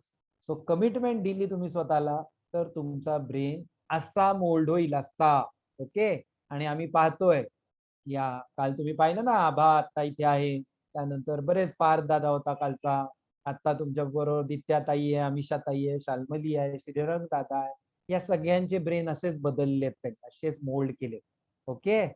सो आपला ब्रेन मोल्ड होऊ शकतो, ही सगळ्यात महत्वाची गोष्ट आज लक्षात घ्या. तुम्ही ठरवा, तुमचा ब्रेन बदलेल. आणि मग आता आपली शाल्मली जी आहे, तिने तिचा ब्रेन कसा मोल्ड केला हे आपल्याला ती सांगणार आहे. पण ह्याच्या आधी मी फक्त ह्याला टर्मला काय म्हणतात ते सांगतो. ती टर्म जी आहे ती तुम्ही लक्षात ठेवू नका, पण ह्या कॉन्सेप्टला स्क्रीनवर दिसेल आपल्याला, न्यूरोप्लास्टिसिटी असं म्हणतात. Neuroplasticity. Our brain literally changes its structure and shape based on our surrounding and environment. It is just like a sponge, it absorb everything that is around. Okay. So तो लिटरली स्वतःचं structure आणि shape change करू शकतो. Plasticity म्हणजे माझ्याकडे आता हे आहे, हे इलॅस्टिसिटी आहे. म्हणजे प्लास्टिक म्हणजे काय, तर ह्यात माझ्याकडे प्लास्टिक, या बॉटलमध्ये प्लास्टिक आहे. ओके. सो या प्रत्येक गोष्टीत प्लास्टिक आहे. ह्या ब्रेन मध्ये ह्याच्यामध्ये प्लास्टिक आहे. सो ही कॅरेक्टरिस्टिक्स आहे, ही कॅरेक्टरिस्टिक आहे की हे मोल्ड होऊ शकतं. याला तुम्ही शेप द्या, त्याप्रमाणे ते बदलू शकतं. ह्याला इलॅस्टिसिटी. आणि हे जे मटेरियल आहे त्याला प्लास्टिक म्हणतात. सो आपला ब्रेन हा तसाच आहे की तो मोल्ड होऊ शकतो. प्लास्टिसिटी आहे, तर इलॅस्टिसिटी आहे, आणि ते आपण करू शकतो. न्यूरो म्हणून त्या प्लास्टिसिटी हा शब्द त्यातला एक आहे. आणि न्यूरोलॉजीशी किंवा न्यूरॉनशी रिलेटेड जो होतो that is neuro. So neuroplasticity असं म्हणतात. म्हणजेच काय, तर ज्याला आपण मराठीत काय नाव दिलेलं ग ताई? मेंदूची लवचिकता. असं मराठीत त्याचं नाव, की आपला मेंदू हा लवचिक आहे, मेंदूची लवचिकता असं नाव दिलेलं आहे. तर आता आपली जी शाळा आहे ती सांगणार आहे की तुझा मेंदू असा लवचिक कसा झाला, ते आता आपल्याला शाल्मरीकडून.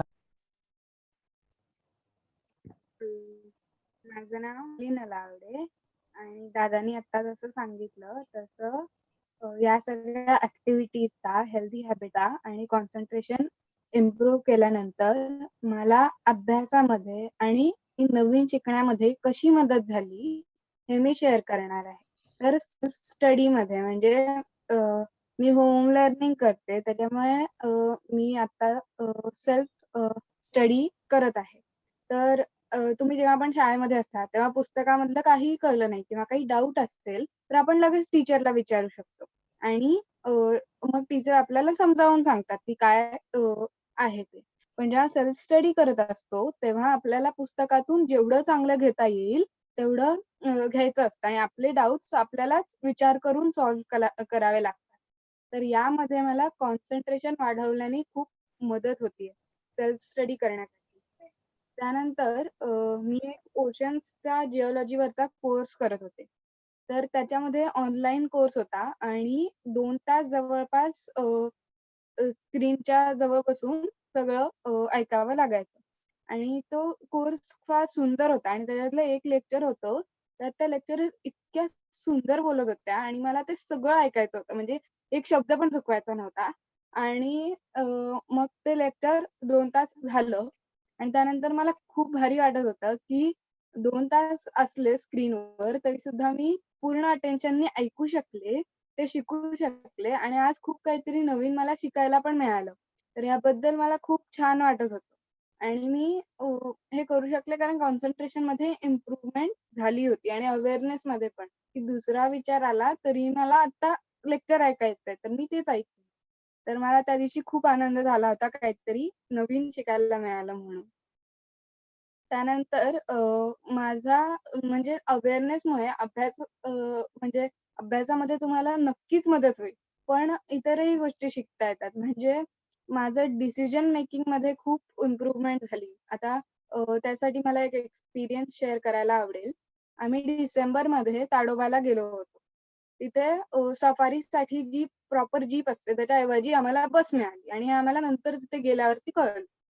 तर आता म्हणजे माझे काही फ्रेंड्स पण होते सोबत. तर आमचा मूड ऑफ झाला, की आता अ, सफारीसाठी एवढे आपण आलो आणि जाळी आहे साईडला सगळे बसमधून काही दिसत नाही, फोटो कसे काढणार?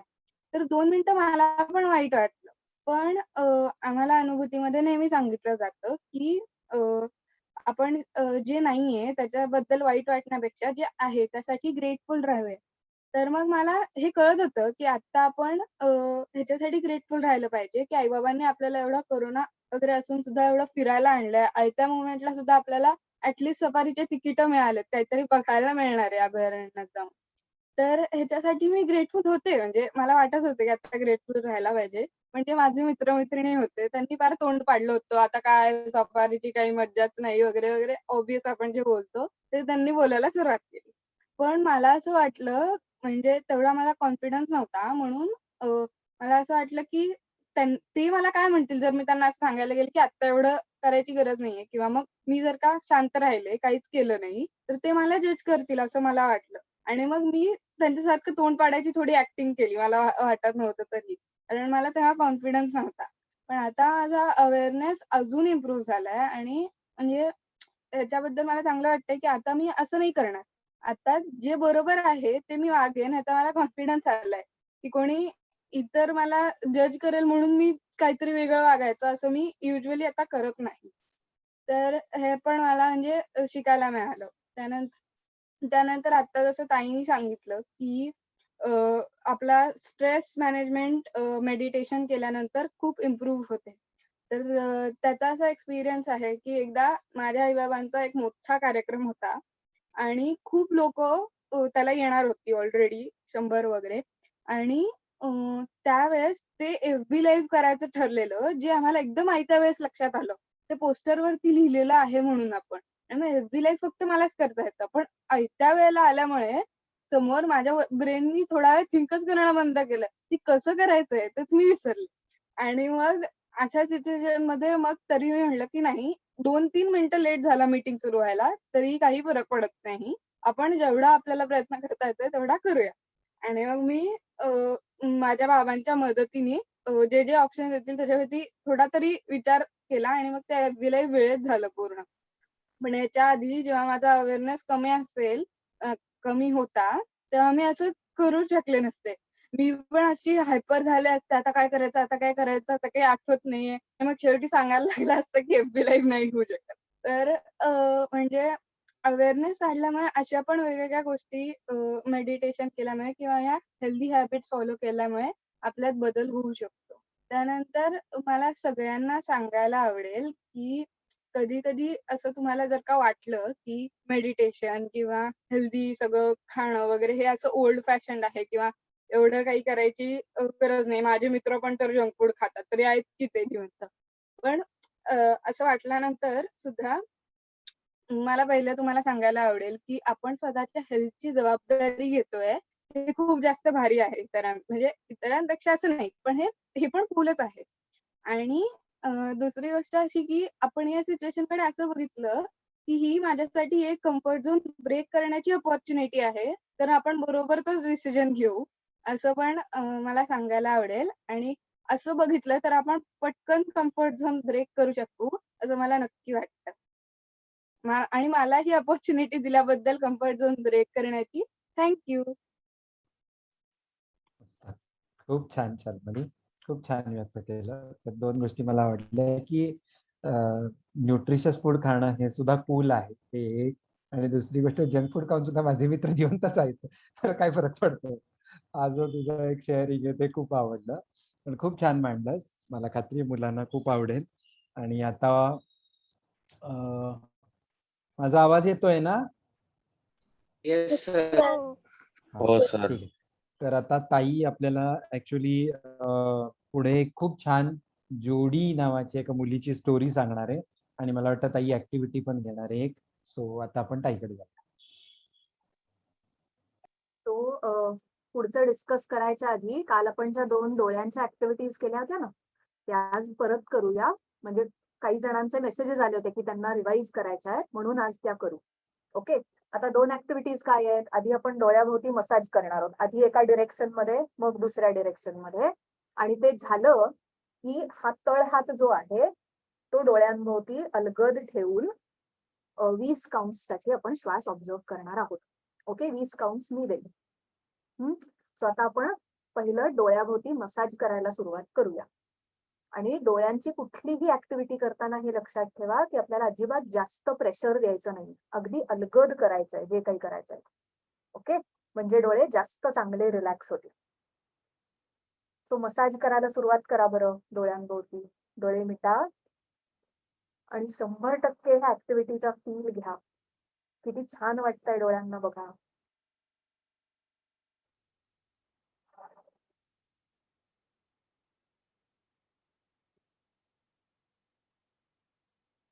ओके, आता उलट्या डायरेक्शननी मसाज करायचा आहे. त्या डायरेक्शननी फिरवताय त्याच्या विरुद्ध डायरेक्शननी सुरू करा मसाज करायला.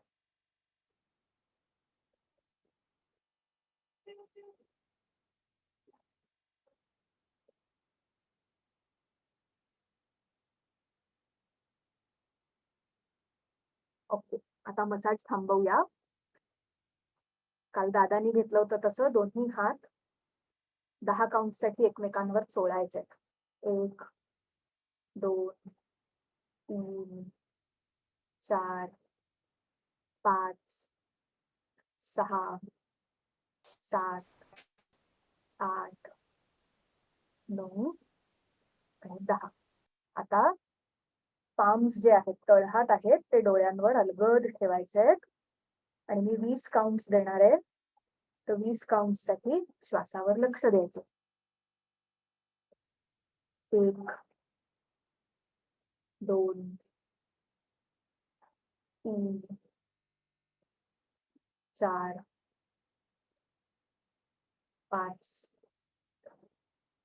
6 7 8 9 10 11. लक्ष फक्त श्वासावर ठेवा. 12 13 14 15 16 17 18 19 आणि 20.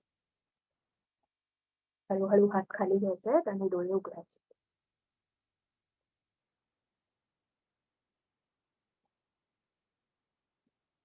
ओके, तर आता आपण असं डिस्कस करत होतो की आपला ब्रेन हा आपण जसं त्याला एक्सपोजर देऊ, जसं एन्व्हायरमेंट देऊ, तसा मोल्ड होऊ शकतो. बरोबर आहे. असं आपण न्यूरोप्लास्टिसिटी हा कॉन्सेप्ट समजून घेतला आणि शाल्मलीचे एक्सपिरियन्सेस पण ऐकले की तिने कसे कसे एफर्ट्स घेतल्यावर तिचा ब्रेन आणि ओव्हरऑल विचार करायची पद्धत कशी बदललेली तिला जाणवते.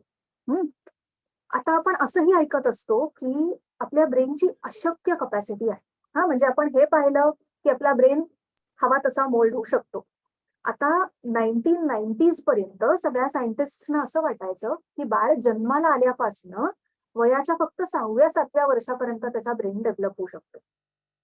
आणि त्याच्यानंतर मग जसा आहे तसाच ब्रेन राहतो. पण या गेल्या 30 वर्षाचा जो रिसर्च आहे, कम्प्युटर बेस्ड टेक्नॉलॉजी जी डेव्हलप झाली आहे त्याच्या मदतीने झालेला रिसर्च आहे, त्यातनं असं लक्षात आलं की आपला लिटरली प्रत्येक सेकंदाला ब्रेन बदलत असतो. ओके, म्हणजे आता आपण हे सगळं जे डिस्कशन करतोय त्यात आपल्या प्रत्येकाचा ब्रेन काही ना काही प्रमाणात बदलतोय. आणि मग हा बदलण्याची किती कपॅसिटी आहे ब्रेनची, तर आपण इमॅजिनच करू शकत नाही इतकी ब्रेनची बदलण्याची कपॅसिटी. त्यासाठी आता एक गोष्ट शेअर करते. ही पुन्हा गोष्ट 1993 मधली आहे. तर अमेरिकेत जोडी नावाची एक मुलगी होती. आणि 1993 मध्ये जोडी 3 वर्षाची होती. आणि 3 वर्षापर्यंत ती एकदम नॉर्मल होती आणि नॉर्मल तिच्या डेव्हलपमेंट सगळ्या होत होत्या. पण तिचा 3रा वाढदिवस झाल्यावर काय झालं, तिला फिट यायला लागल्या. फिट यायला लागल्या म्हणजे अचानक चक्कर येऊन ती पडायची. आणि फिट येते म्हणजे काय होतं, तर आपल्या ब्रेन मध्ये शॉर्ट सर्किट झाल्यासारखं होतं. आणि शॉर्ट सर्किट झालं की कसं होतं, त्या वायर्स तिथल्या इलेक्ट्रिकल जळतात, राईट.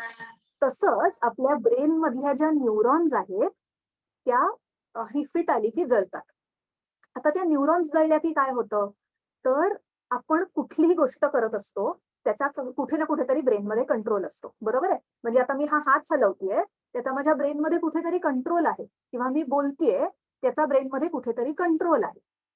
आता ती कंट्रोल सिस्टीमच जळून गेली तर मी हा हातच हलवू शकणार नाही, बरोबर आहे, किंवा बोलूच शकणार नाही. तर जोडीचं असं व्हायला लागलं की तिचे एकामागे एक फिट येत असल्यामुळे एक एक फंक्शन तिचं अफेक्ट व्हायला लागलं.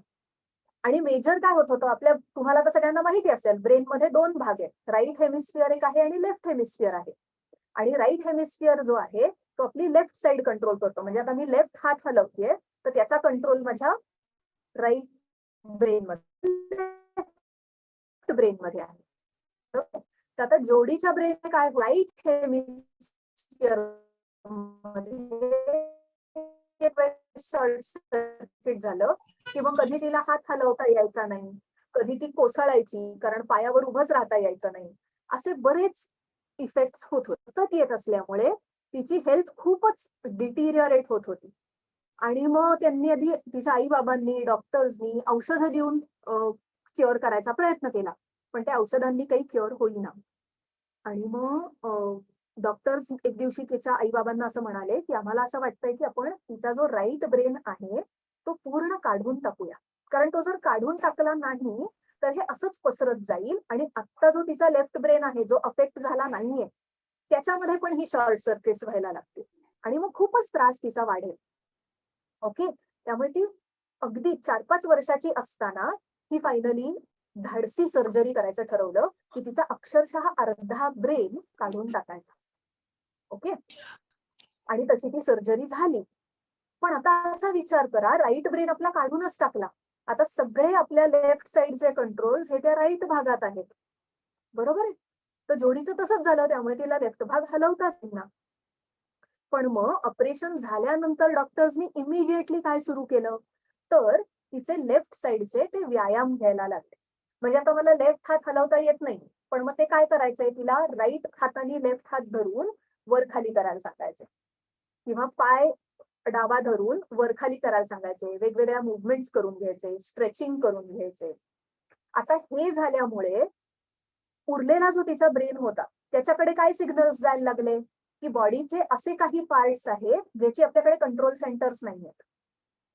ओके, आणि मग हा रिपीटेडली एक्सरसाइजेस ती करत राहिल्यामुळे असलेल्या ब्रेन मोल्ड झाला आणि नवीन कनेक्शन्स ब्रेनमध्ये डेव्हलप झाली. आणि लिटरली तिचं ऑपरेशन झालं त्यानंतर 10व्या दिवशी जोडी स्वतःच्या पायावर चालत घरी गेली.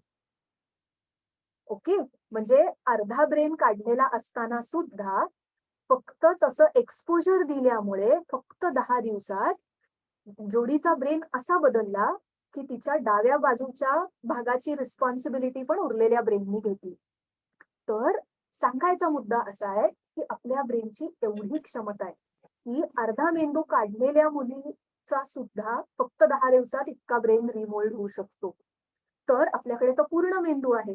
आणि दादा म्हणाला तसं जर आपण एखादी गोष्ट करायची ठरवली आणि त्या दृष्टीने एफर्ट्स घेतले तर आपण स्वतःला नक्की बदलू शकतो. पण एफर्ट्स घेणं खूप महत्वाचं आहे. म्हणजे आता तेव्हा जोडीचे जर एक्सरसाइजेस घेतलेच नसते तर तिच्या ब्रेन पर्यंत हे सिग्नल्सच गेले नसते की अरे कुठेतरी कंट्रोल सेंटर्स डेव्हलप व्हायला हवे, मग तिचा नसता झाला ब्रेन डेव्हलप. ओके, सो आपल्याला ह्यातनं महत्वाचं काय घ्यायचं आहे की मी स्वतःला बदलू शकते आणि त्यासाठी मला कम्फर्ट झोन ब्रेक करून एफर्ट्स घ्यायचे. ओके, आता ह्यासाठीच आम्ही आता मार्च पासून 29 मार्च पासून 5 जून पर्यंत अनुभूतीमध्ये एक प्रोजेक्ट केलं. त्याचं नाव होतं आर एक्सपेरिमेंट्स विथ कॉन्सन्ट्रेशन. तर आता मगाचपासून आपण डिस्कस करतोय की इमोशनल फिटनेस पाहिजे, मग स्ट्रेसमुळे इमोशनल फिटनेस मध्ये चॅलेंजेस येतात.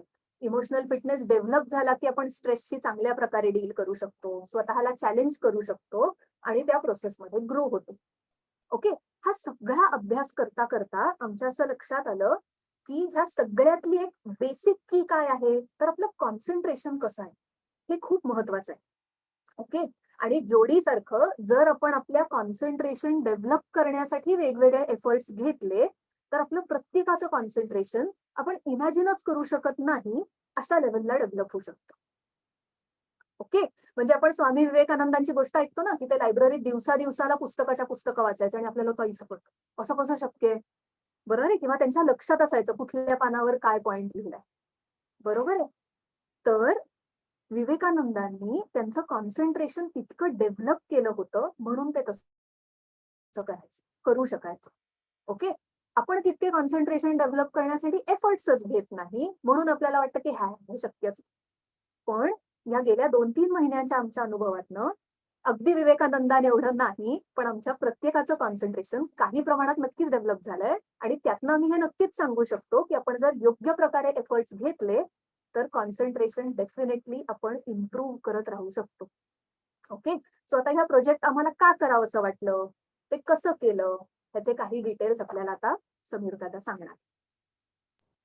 थँक्यू, मस्त जुईताई. आता सगळ्यात महत्वाची गोष्ट, काल आपण 9 हॅबिट शेअर केल्या होत्या आणि त्या 9 हॅबिट्स हा बेस धरूनच आम्ही काही 10 ऍक्टिव्हिटीज डिझाईन केल्या. त्या 10 ऍक्टिव्हिटीज पण पुढे तुमच्या बरोबर शेअर करणार आहोत. तुम्हाला ज्या नोट्स येणार आहेत घरी त्याच्यामध्ये तुम्हाला त्या 10 ऍक्टिव्हिटीज मिळतील आणि त्यानंतर तुम्ही या ऍक्टिव्हिटीज स्वतः घरी करू शकता. याच्यातही आपल्या बरोबर 2 जण आहेत, दित्या आणि अमिषा, ते त्यांचा एक्सपिरियन्स शेअर करणार आहेत थोड्या वेळाने. तर मुळात हे का केलं आम्ही ते सांगतो. सध्या आपण सगळे गेले काही दिवस स्क्रीनवरच भेटतोय. मार्च मध्ये असं झालं होतं की तेव्हा लॉकडाऊन ओपन झालेला होता, पण पुन्हा लॉकडाऊन होणार आहे हे आम्हाला लक्षात आलं, कारण त्याप्रमाणे केसेस वाढत होत्या तेव्हा. आणि तुम्हा मुलांची खूप पंचायत होते या सगळ्या प्रोसेसमध्ये, हे आम्हाला नक्कीच माहिती आहे, जाणवलेलं पण होतं आदल्या लॉकडाऊनमुळे. आणि आपल्याला मुलांच्यासाठी काहीतरी काम करायचं की ज्याच्यामुळे मुलांची एकाग्रता पण चांगली वाढली पाहिजे, पण त्याचबरोबर त्यांना इमोशनली पण छान वाटलं पाहिजे की आपण काहीतरी करतोय.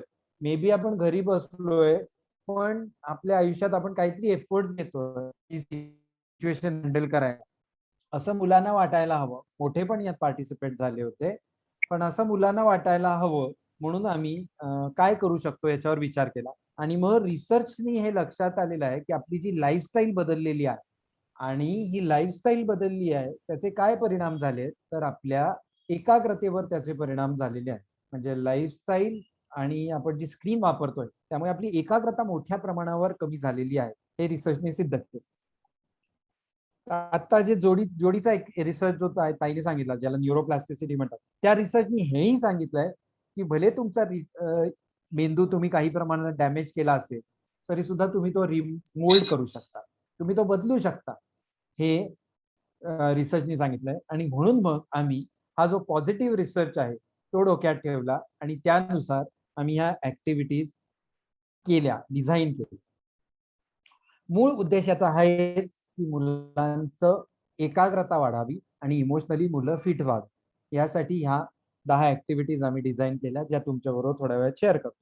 आता त्याची लिंक सांगतो की काय होतं, म्हणजे एकाग्रता वाढली की काय होतं हे काल थोडक्यात सांगितलं होतं, आज ते डिटेल सांगतो. समजा अटेन्शन स्पॅन चांगला आहे. अटेन्शन स्पॅन म्हणजे काय, तर तुम्ही इथे फिजिकली आहात आणि मेंटली पण इथेच आहात. The attention span is the amount of concentrated time a person can spend on a particular task without becoming distracted. म्हणजे डिस्ट्रॅक्ट न होता एका जागी जिथे बसलो आहे तिथेच 100% लक्ष असणं म्हणजे अटेन्शन स्पॅन. ओके. आता आपल्यातल्या बरेच जणांचं लक्ष, प्रत्येकाचं, माझं पण जातं, अधेमध्ये जातं, प्रत्येकाचं. आपण फिजिकली इथे बसलो तरी मेंटली कुठेतरी आपण जाऊन येतो. थोडं काय केलं असेल आज जेवायला, कित्येक दिवसात रेस्टॉरंटला गेलोच नाही, कित्येक दिवसात शाळेत गेलो नाही, कित्येक दिवसात याला भेटलो नाही, त्याला भेटलो नाही, असे विचार येतच राहतात मला. ते सो हे कमी करणं म्हणजे हे जे मन भरकटतंय ते कमी करणं म्हणजेच अटेन्शन स्पॅन चांगला असतो. सो अटेन्शन स्पॅन चांगला झाला की काय होतं, आपोआप कॉन्सन्ट्रेशन वाढतं. कॉन्सन्ट्रेशन वाढलं की काय होतं, फिजिकली इथेच आहे, मेंटली इथेच आहे, मग आपोआप ग्रास्पिंग वाढतं. कॉन्सन्ट्रेशन वाढलं की ग्रास्पिंग वाढतं, आणि ग्रास्पिंग वाढलं की ते मेमरीमध्ये स्टोअर होतं. ओके. पहिल्यांदा शॉर्ट टर्म मेमरीमध्ये स्टोअर होतं, आणि मग जर आपण रेग्युलरली चांगल्या ऍक्टिव्हिटीज करत असू, म्हणजे ज्या काल 9 ऍक्टिव्हिटीज आपण सांगितल्या, 9 हॅबिट, त्या जर करत असू तर ते लॉंग टर्म मेमरीमध्ये जाऊन स्टोअर होतं. ओके. सो हा जो प्रवास आहे, अटेन्शन स्पॅन चांगला असणं, मग ग्रास्पिंग होणं, मग मेमरीमध्ये जाणं, हा चांगला होता. मग ते झालं की काय होतं, मेमरी चांगली असली की माणसाचा स्ट्रेस कमी होतो. कारण कोणी काही प्रश्न विचारले की उत्तरं देता येतात. कोणी काही, जसं शाल्मलीने सांगितलं तसं खूप ऍक्टिंग कुठे करावी लागत नाही, जे आहे ते नॅचरली आपण एक्सप्रेस करू शकतो. सो हे घडतं, आणि त्यामुळे आपला स्ट्रेस कमी होतो, आणि स्ट्रेस कमी झाला की आपला कॉन्फिडन्स वाढतो. हे बघा इथे ही दाखवलेली आहे स्क्रीन. आणि हे झालं की आपला कॉन्फिडन्स वाढतो. स्ट्रेस कमी होतो, कॉन्फिडन्स वाढतो, कॉन्फिडन्स वाढला की स्ट्रेस कमी होतो, अशी ही लिंक आहे. सो म्हणून आम्ही ह्या ऍक्टिव्हिटीज डिझाईन केल्या, आणि याचेच या सगळ्या मुलांना आणि आम्हाला मोठ्यांना सुद्धा प्रचंड फायदे झाले. आणि ते इतके फायदे झाले की आम्ही जगाला ओरडून ओरडून सांगावंसं वाटलं आम्हाला की तुम्ही हे करा, तुम्ही हे करा, आम्हाला फायदा झालाय तर तुम्हालाही होईल, कारण तुम्ही माणसंच आहात, आम्ही माणसं आहोत, तुम्ही माणसं आहात. सो आम्ही जे केलं त्यांनी आम्हाला फरक पडला, तर तुम्हाला का फरक पडला. आणि म्हणून आम्ही ह्याचे सेशन्स खरंच खूप ठिकाणी झाले, म्हणजे अनेक आपल्या पुण्यात झाले, अनेक बाहेरच्या शाळांमध्ये झाले, ऑस्ट्रेलियामध्ये ह्याचं आम्ही एक सेशन घेतलं याच विषयावरचं. तर त्यातलेच काही मुद्दे आज आम्ही तुमच्या बरोबर आता शेअर करणार आहोत. तर आता ताई आपल्याला सांगणार आहे की जर आपलं मानसिक स्वास्थ्य चांगलं नसेल तर त्याचा शरीरावर आणि मनावर कसा दुष्परिणाम होतो हे ताई आपल्याला थोडक्यात सांगणार आहे. आणि मग त्याचबरोबर ताई आपल्याला ह्याच्यातनच पुढे आम्ही काय ऍक्टिव्हिटीज केल्या, त्या कशा मेंटेन केल्या, त्याचा काय रिसर्च आम्ही केला, हे सगळं ताई सांगणार आहे, जे तुम्ही घरी करू शकता. Okay. So over to you ताई.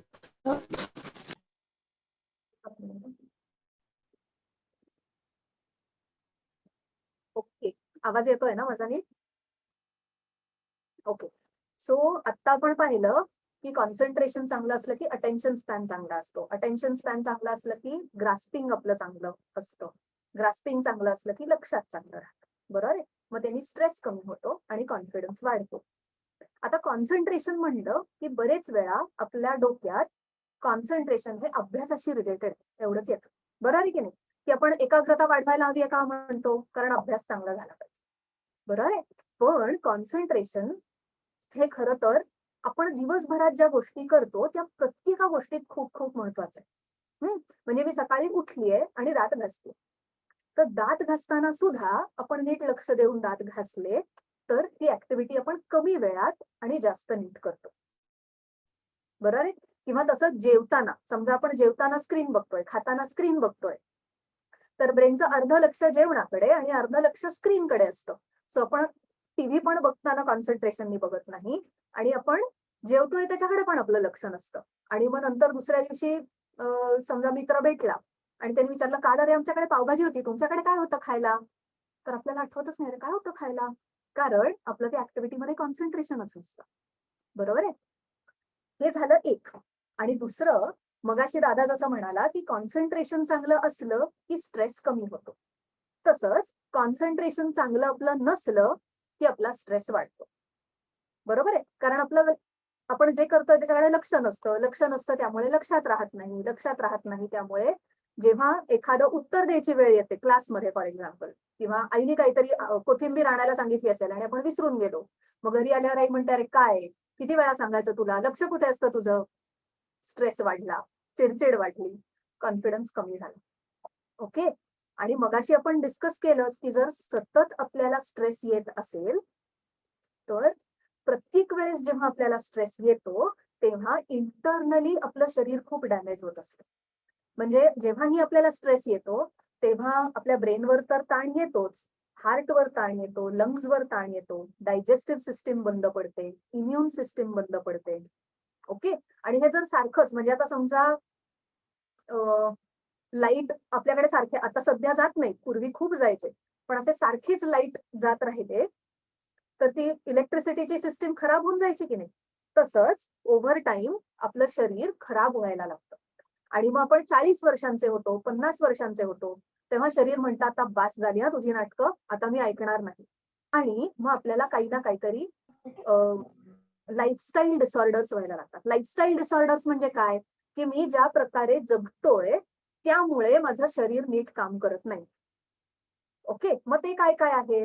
तर डायबेटीस आहे, हायपरटेन्शन, बीपी वाढल्याचा त्रास आहे, किंवा सारखी सारखी ऍसिडिटी होणं आहे, मायग्रेनमुळे डोकं दुखतं असं आहे, इन्सॉम्निया, झोप लागत नाही आहे.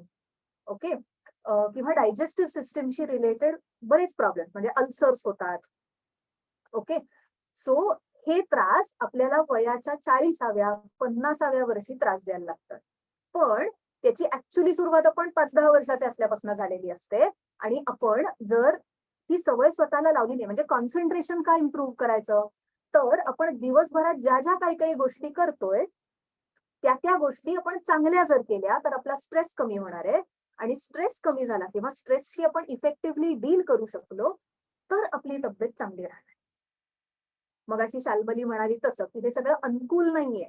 ते आपल्याला 40 वर्षांचं 50 वर्षांचं झाल्यावर कळेल की अरे ऍक्च्युली आपण हे जे करत होतो, हेल्दी लाईफस्टाईल जगत होतो ती ऍक्च्युली कूल होती. ओके. सो कॉन्सन्ट्रेशनचा हा फक्त अभ्यासासाठी नाही तर आपल्याला चांगलं यावं, चांगलं जगता यावं, मस्त खेळता यावं, लाईफ एन्जॉय करता यावी ह्यासाठी कॉन्सन्ट्रेशन खूप गरजेचं आहे. ओके. आणि मग त्यासाठी आम्ही काय केलं तर 10 ऍक्टिव्हिटीज शोधून काढल्या. आता जशा कालच्या 9 हॅबिट्स या रिसर्च बेस्ड होत्या त्या 9 हॅबिट्सशीच रिलेटेड ह्या 10 ऍक्टिव्हिटीज आहेत आणि त्यामुळे त्याही रिसर्च बेस्ड आहेत. तर त्या ऍक्टिव्हिटीज काय हे आपण पटकन बघूया. दिसतीये सगळ्यांना स्क्रीन? येस. ओके. पहिली ऍक्टिव्हिटी आहे जे आपण काल 2 केल्या की 5 वेळा ओंकार म्हणायचा, 5 वेळा भ्रामरी करायची. आज आपण अनुलोम विलोम शिकलोय तो 5 मिनिटं करायचा आणि 40 श्वास मोजायचे. ही आमची पहिल्या आठवड्याची ऍक्टिव्हिटी होती. सो असा फॉर्मॅट होता की 10 ऍक्टिव्हिटीज आणि 10 आठवडे, दर आठवड्याला एक ऍक्टिव्हिटी, असं 10 आठवडे हा प्रोजेक्ट झाला. प्रोजेक्ट सुरू व्हायच्या आधी पण आम्ही आमच्या कॉन्सन्ट्रेशन आणि मेमरीची एक असेसमेंट घेतली आणि प्रोजेक्ट झाल्यावर पण कॉन्सन्ट्रेशन मेमरीची असेसमेंट घेऊन कम्पेअर केलं की आपली आधी किती होती कॉन्सन्ट्रेशन मेमरी आणि आता किती आहे. ओके. सो अशी ही पहिली ऍक्टिव्हिटी होती. 5 ओंकार, 5 भ्रामरी, 5 मिनिटं अनुलोम विलोम आणि मग 40 श्वास मोजायचे. आता दुसऱ्या आठवड्याची ऍक्टिव्हिटी ज्याचं मगाशीच दादानी एक्सप्लेनेशन दिलं अशी होती की झोपायच्या आधी कमीत कमी 1.5 तास कुठलाच स्क्रीन पाहायचा नाही. ओके. कारण आपण पाहिलं तसं की अंधार झालाय हे ब्रेनला रेजिस्टर झाल्याशिवाय ब्रेन मेलाटॉनिन सिक्रीट करत नाही आणि मेलाटॉनिन ब्रेन मध्ये सिक्रीट झाल्याशिवाय आपल्याला झोप येते. ओके. मग आता अंधार झालाय हे कळायला ब्रेनला काय केलं पाहिजे तर स्क्रीन पासून लांब राहिलं पाहिजे. म्हणून 1.5 तास कुठलाच स्क्रीन पाहायचा नाही. तिसरी होती की रोज कमीत कमी 30 मिनिटं व्यायाम करायचा. हे आपल्या कालच्या हेल्दी हॅबिट्स मध्ये आपण पाहिलंच आहे की व्यायाम केला की एंडॉर्फिन रिलीज होतं. आता एंडॉर्फिन रिलीज झाल्यावर आपल्याला एनर्जेटिक आणि एन्थुझियास्टिक वाटतं आणि आपोआप स्ट्रेसचा ब्रेनवरचा इफेक्ट कमी होतो. ओके. आणि स्ट्रेसचा इफेक्ट कमी झाला की आपलं कॉन्सन्ट्रेशन आणि लर्निंग सुधारतं, इम्प्रूव्ह होतं. मग चौथी ऍक्टिव्हिटी होती 2-3 मिनिटांसाठी त्राटक करायचं. त्राटक ही कदाचित काही जणांना माहित असेल. त्राटक मध्ये मेनली काय आहे की एक पॉइंट आपण फिक्स करायचा भिंतीवर, बिंदू फिक्स करायचा आणि त्याच्याकडे एकटक बघायचं. आता हे डोळ्यांसाठी सुद्धा ही खूप चांगली ऍक्टिव्हिटी आहे. म्हणजे साधारण त्याच्यावर त्या पॉइंट पासून भिंतीपासून 3 फुटांवर बसायचं, आय लेव्हलला तो बिंदू ठेवायचा आणि सुरुवात 10 काउंट्स पासून करायची. त्या बिंदूकडे पॉइंटकडे एकदाही डोळे न बंद करता ब्लिंक करता एकटक व्हायचं. आता ही ऍक्टिव्हिटी सुरू केली की डोळ्यातनं खूप पाणी येतं, पटकन डोळे मिटून घ्यावेसे वाटतात, कारण आपल्या डोळ्याची मसल्स तितकी स्ट्रॉंग नसतात. ओके, सो ही ऍक्टिव्हिटी करायला लागल्यावर आठवडाभर केल्यानंतर आम्हाला हेही जाणवलं की आधी मी अगदी 10 काउंट सुद्धा थांबू शकत नव्हते, पण आता 2-3 मिनिटं थांबवू शकते. आणि त्राटक हे कॉन्सन्ट्रेशन वाढवण्यासाठी आणि डोळे स्ट्रॉंग करण्यासाठी खूप छान ऍक्टिव्हिटी आहे. 5वी ऍक्टिव्हिटी होती की दिवसभरात फक्त 30 मिनिटांसाठी स्क्रीन वापरायचं. ओके, आता हे तर आपण खूप वेळा बोलतोय की आता आपलं दिवसभराचं सगळं कामच स्क्रीनवर होतंय, त्यामुळे मग टाइमपासचा टाइम आपण तिथे लिमिट केला पाहिजे, म्हणून ही ऍक्टिव्हिटी होती. 6वी ऍक्टिव्हिटी खूप सुंदर आहे आणि ती तुम्ही अगदी करून बघा सगळ्यांनी. सोपी आहे आणि खूपच छान वाटतं. ती म्हणजे झोपायच्या आधी 15 मिनिटांसाठी रात्री डोळ्यांवर पाण्याची पट्टी ठेवायची. ओके, याने सुद्धा डोळे रिलॅक्स व्हायला खूप मदत होते, झोप खूप शांत लागते आणि स्क्रीनमुळे जो काही डोळ्यांना त्रास झालेला असतो ते ओव्हरकम करण्यासाठी ही एकदम मस्त ऍक्टिव्हिटी आहे. आणि त्यात आपल्याला काहीच कष्ट द्यायचे नसतात, फक्त डोळ्यांवर पाण्याची पट्टी ठेवायची आणि झोपायचं. तसं झोपून गेलं तरी चालतं. ओके, मग 7वी पुन्हा आपल्या कालच्या हॅबिटशीच रिलेटेड आहे की न्यूट्रिशियस फूड खायचं, अजिबात जंक फूड खायचं नाही. तर ह्या ऍक्टिव्हिटीच्या वेळेस खूप गमती जमती झाल्या की म्हणजे काही आम्हाला सगळ्यांना आठवतं की आम्ही काय एवढं जंक फूड खात नाही, तो सहज जमेल. आणि 2-3 दिवस झाल्यावर असं रिअलाइज झालं की अरे नाही, म्हणजे आपण चहा बरोबर बिस्किट खातोय किंवा आईस्क्रीम खाल्लं गेलं, हे तर जंक फूडच आहे. आता हे आपण इतक्या रेग्युलरली खातो की ते जंक फूड आहे हेच लक्षात राहिलं नव्हतं. सो मगाशी शाल्मली म्हणली तसा फूड बद्दलचा अवेअरनेस वाढायला खूप मदत होते या ऍक्टिव्हिटी. आणि अवेअरनेस वाढला की आपण चांगले डिसिजन्स घेऊ शकतो. 8वी ऍक्टिव्हिटी होती की दररोज एका तरी व्यक्तीला प्रत्यक्ष भेटून किंवा फोनवर त्याच्याबद्दलचा ग्रॅटिट्यूड एक्सप्रेस करायचा. आता कालच्या हॅबिटमध्ये पण होतं की ग्रॅटिट्यूड एक्सप्रेस करायचा. आता आपल्याला असं वाटेल की ग्रॅटिट्यूड एक्सप्रेस करण्याचा आणि कॉन्सन्ट्रेशन वाढण्याचा काय म्हणजे संबंध काय आहे. तर आपण जेव्हा काल आपण 4 केमिकल्स न्यूरो ट्रान्समिटर्स पाहिली की डोपामाइन, सेरोटोनिन, ऑक्सिटोसिन आणि एंडॉर्फिन. तर जेव्हाही आपण ग्रॅटिट्यूड एक्सप्रेस करतो तेव्हा ऑक्सिटोसिन नावाचं केमिकल रिलीज होतं, किंवा कोणाला तरी मदत करतो, प्रेमाने जवळ घेतो किंवा प्रेमाने कुठलीही एखाद्यासाठी गोष्ट करतो तेव्हा ऑक्सिटोसिन नावाचं केमिकल ब्रेनमध्ये रिलीज होतं. आता ऑक्सिटोसिन रिलीज झालं की त्याचे साईड इफेक्ट्स असे असतात की ब्रेनमध्ये असे काही बदल घडतात ज्याच्यामुळे कॉन्सन्ट्रेशन वाढतं. ही सगळीच केमिकल्स, म्हणजे व्यायाम केला की एंडॉर्फिन रिलीज होतं, एंडॉर्फिनच्या पण साईड इफेक्ट्समुळे कॉन्सन्ट्रेशन इम्प्रूव्ह होतं. असा ह्या प्रत्येक ऍक्टिव्हिटीचा कॉन्सन्ट्रेशन सुधारायला खूप फायदा होतो. आणि ग्रॅटिट्यूड एक्सप्रेस करून म्हणजे ऑक्सिटोसिन माझ्या ब्रेनमध्ये रिलीज होणार आहे म्हणून आपल्याला ग्रॅटिट्यूड नाही एक्सप्रेस करायचा आहे, ते एक फिलिंग म्हणूनच खूप छान आहे. तर तेही तुम्ही नक्की एक्सपिरियन्स करून बघा. 9वी होती की आठवडाभर काहीही खाताना किंवा जेवताना स्क्रीन पाहायचा नाही. आणि शेवटची ऍक्टिव्हिटी होती की दिवसातनं 4 वेळा भ्रामरी करायची. अशा ह्या 10 ऍक्टिव्हिटीज आम्ही केल्या. आणि कोणती ऍक्टिव्हिटी किती आपण इफेक्टिव्हली करू शकतोय त्याचा मार्क ठेवण्यासाठी काल आपण काइझेन डिस्कस केलं ना, तशा ह्या काइझेन शीट्स तयार केल्या होत्या की आता पहिल्या आठवड्याची ही 5 ओंकार, 5 भ्रामरी, 5 मिनिटं अनुलोम विलोम आणि 40 श्वासवाली ऍक्टिव्हिटी आहे. सो मी 29 मार्च पासून 4 एप्रिल पर्यंत कोणत्या कोणत्या दिवशी ती फॉलो करू शकले त्या दिवशी मला स्टेटस ऑफ गोल मध्ये ती टिक करायची होती. ओके, सो ह्या काइझेन शीट्सच्या मदतीने आम्हाला आणखीन एक असं जाणवलं की आपण काइझेन शीट म्हणजे मी आता ठरवत खूप दिवस आहे की मला हे रोज करायचंय, पण आज नको, उद्यापासून करू, उद्या नको, परवापासून करू, असं खूप होतं आपलं असं. बरोबर आहे, म्हणजे कालही आपण ठरवलं की प्लॅन, डू, चेक, ऍक्ट मध्ये प्लॅन आपण खूप वेळा करतो पण ते ऍक्च्युअली आपण इम्प्लिमेंटच करत नाही. तर तिथे या काइझेन शीट्सचा खूप मदत होते. म्हणजे आता मी हे ठरवलंय ना, मग मी ठरवल्याप्रमाणे ऍक्च्युअली किती दिवस वागू शकले हे आपल्याला ह्यातनं दिसतं आणि त्यातनं आपल्याला मोटिवेशन मिळायला लागतं त्या ऍक्टिव्हिटीज फॉलो करण्यासाठी. ओके, स्वतः असं ते सगळं एक्सपेरिमेंट होतं. ठीक आहे, आता ह्या एक्सपेरिमेंटचे आम्हाला खूप बेनिफिट्स जाणवले आणि त्यासाठी आपल्याकडे शेअर करायला दित्या आज आहेच आहे, पण दित्याचं शेअरिंग ऐकण्याआधी तिला काय काय फायदा जाणवला हे समजून घेण्याआधी आपण एक छोटीशी ऍक्टिव्हिटी करूया आणि मग दित्याच्या शेअरिंग कडे जाऊया. ओके, सो आता ती ऍक्टिव्हिटी काय आहे, आपली जी जीभ आहे ती आपल्याला रोल करायची. रोल करायची एकच मिनिट हा. जीभ उलटी रोल करून टाळूला लावायची, म्हणजे तोंडातला वरचा जो भाग आहे त्याला लॉक करून जीभ लावायची आहे. आणि मी पुन्हा 20 काउंट्स देणार आहे. तर 20 काउंट्स साठी जीभ लॉक करून आपल्याला फक्त श्वासावर लक्ष द्यायचं. ओके, चल सुरू करा. सगळ्यांनी ताठ बसा,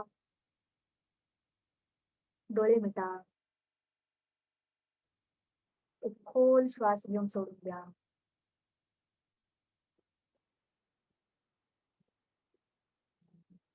ऍक्टिव्हिटी करायला सुरुवात करूया. 1 2 3 4 5 6 7 8 9 10 11 12 13 14 15 16 17 18 19 20. हळूहळू डोळे उघडले तरी चालेल.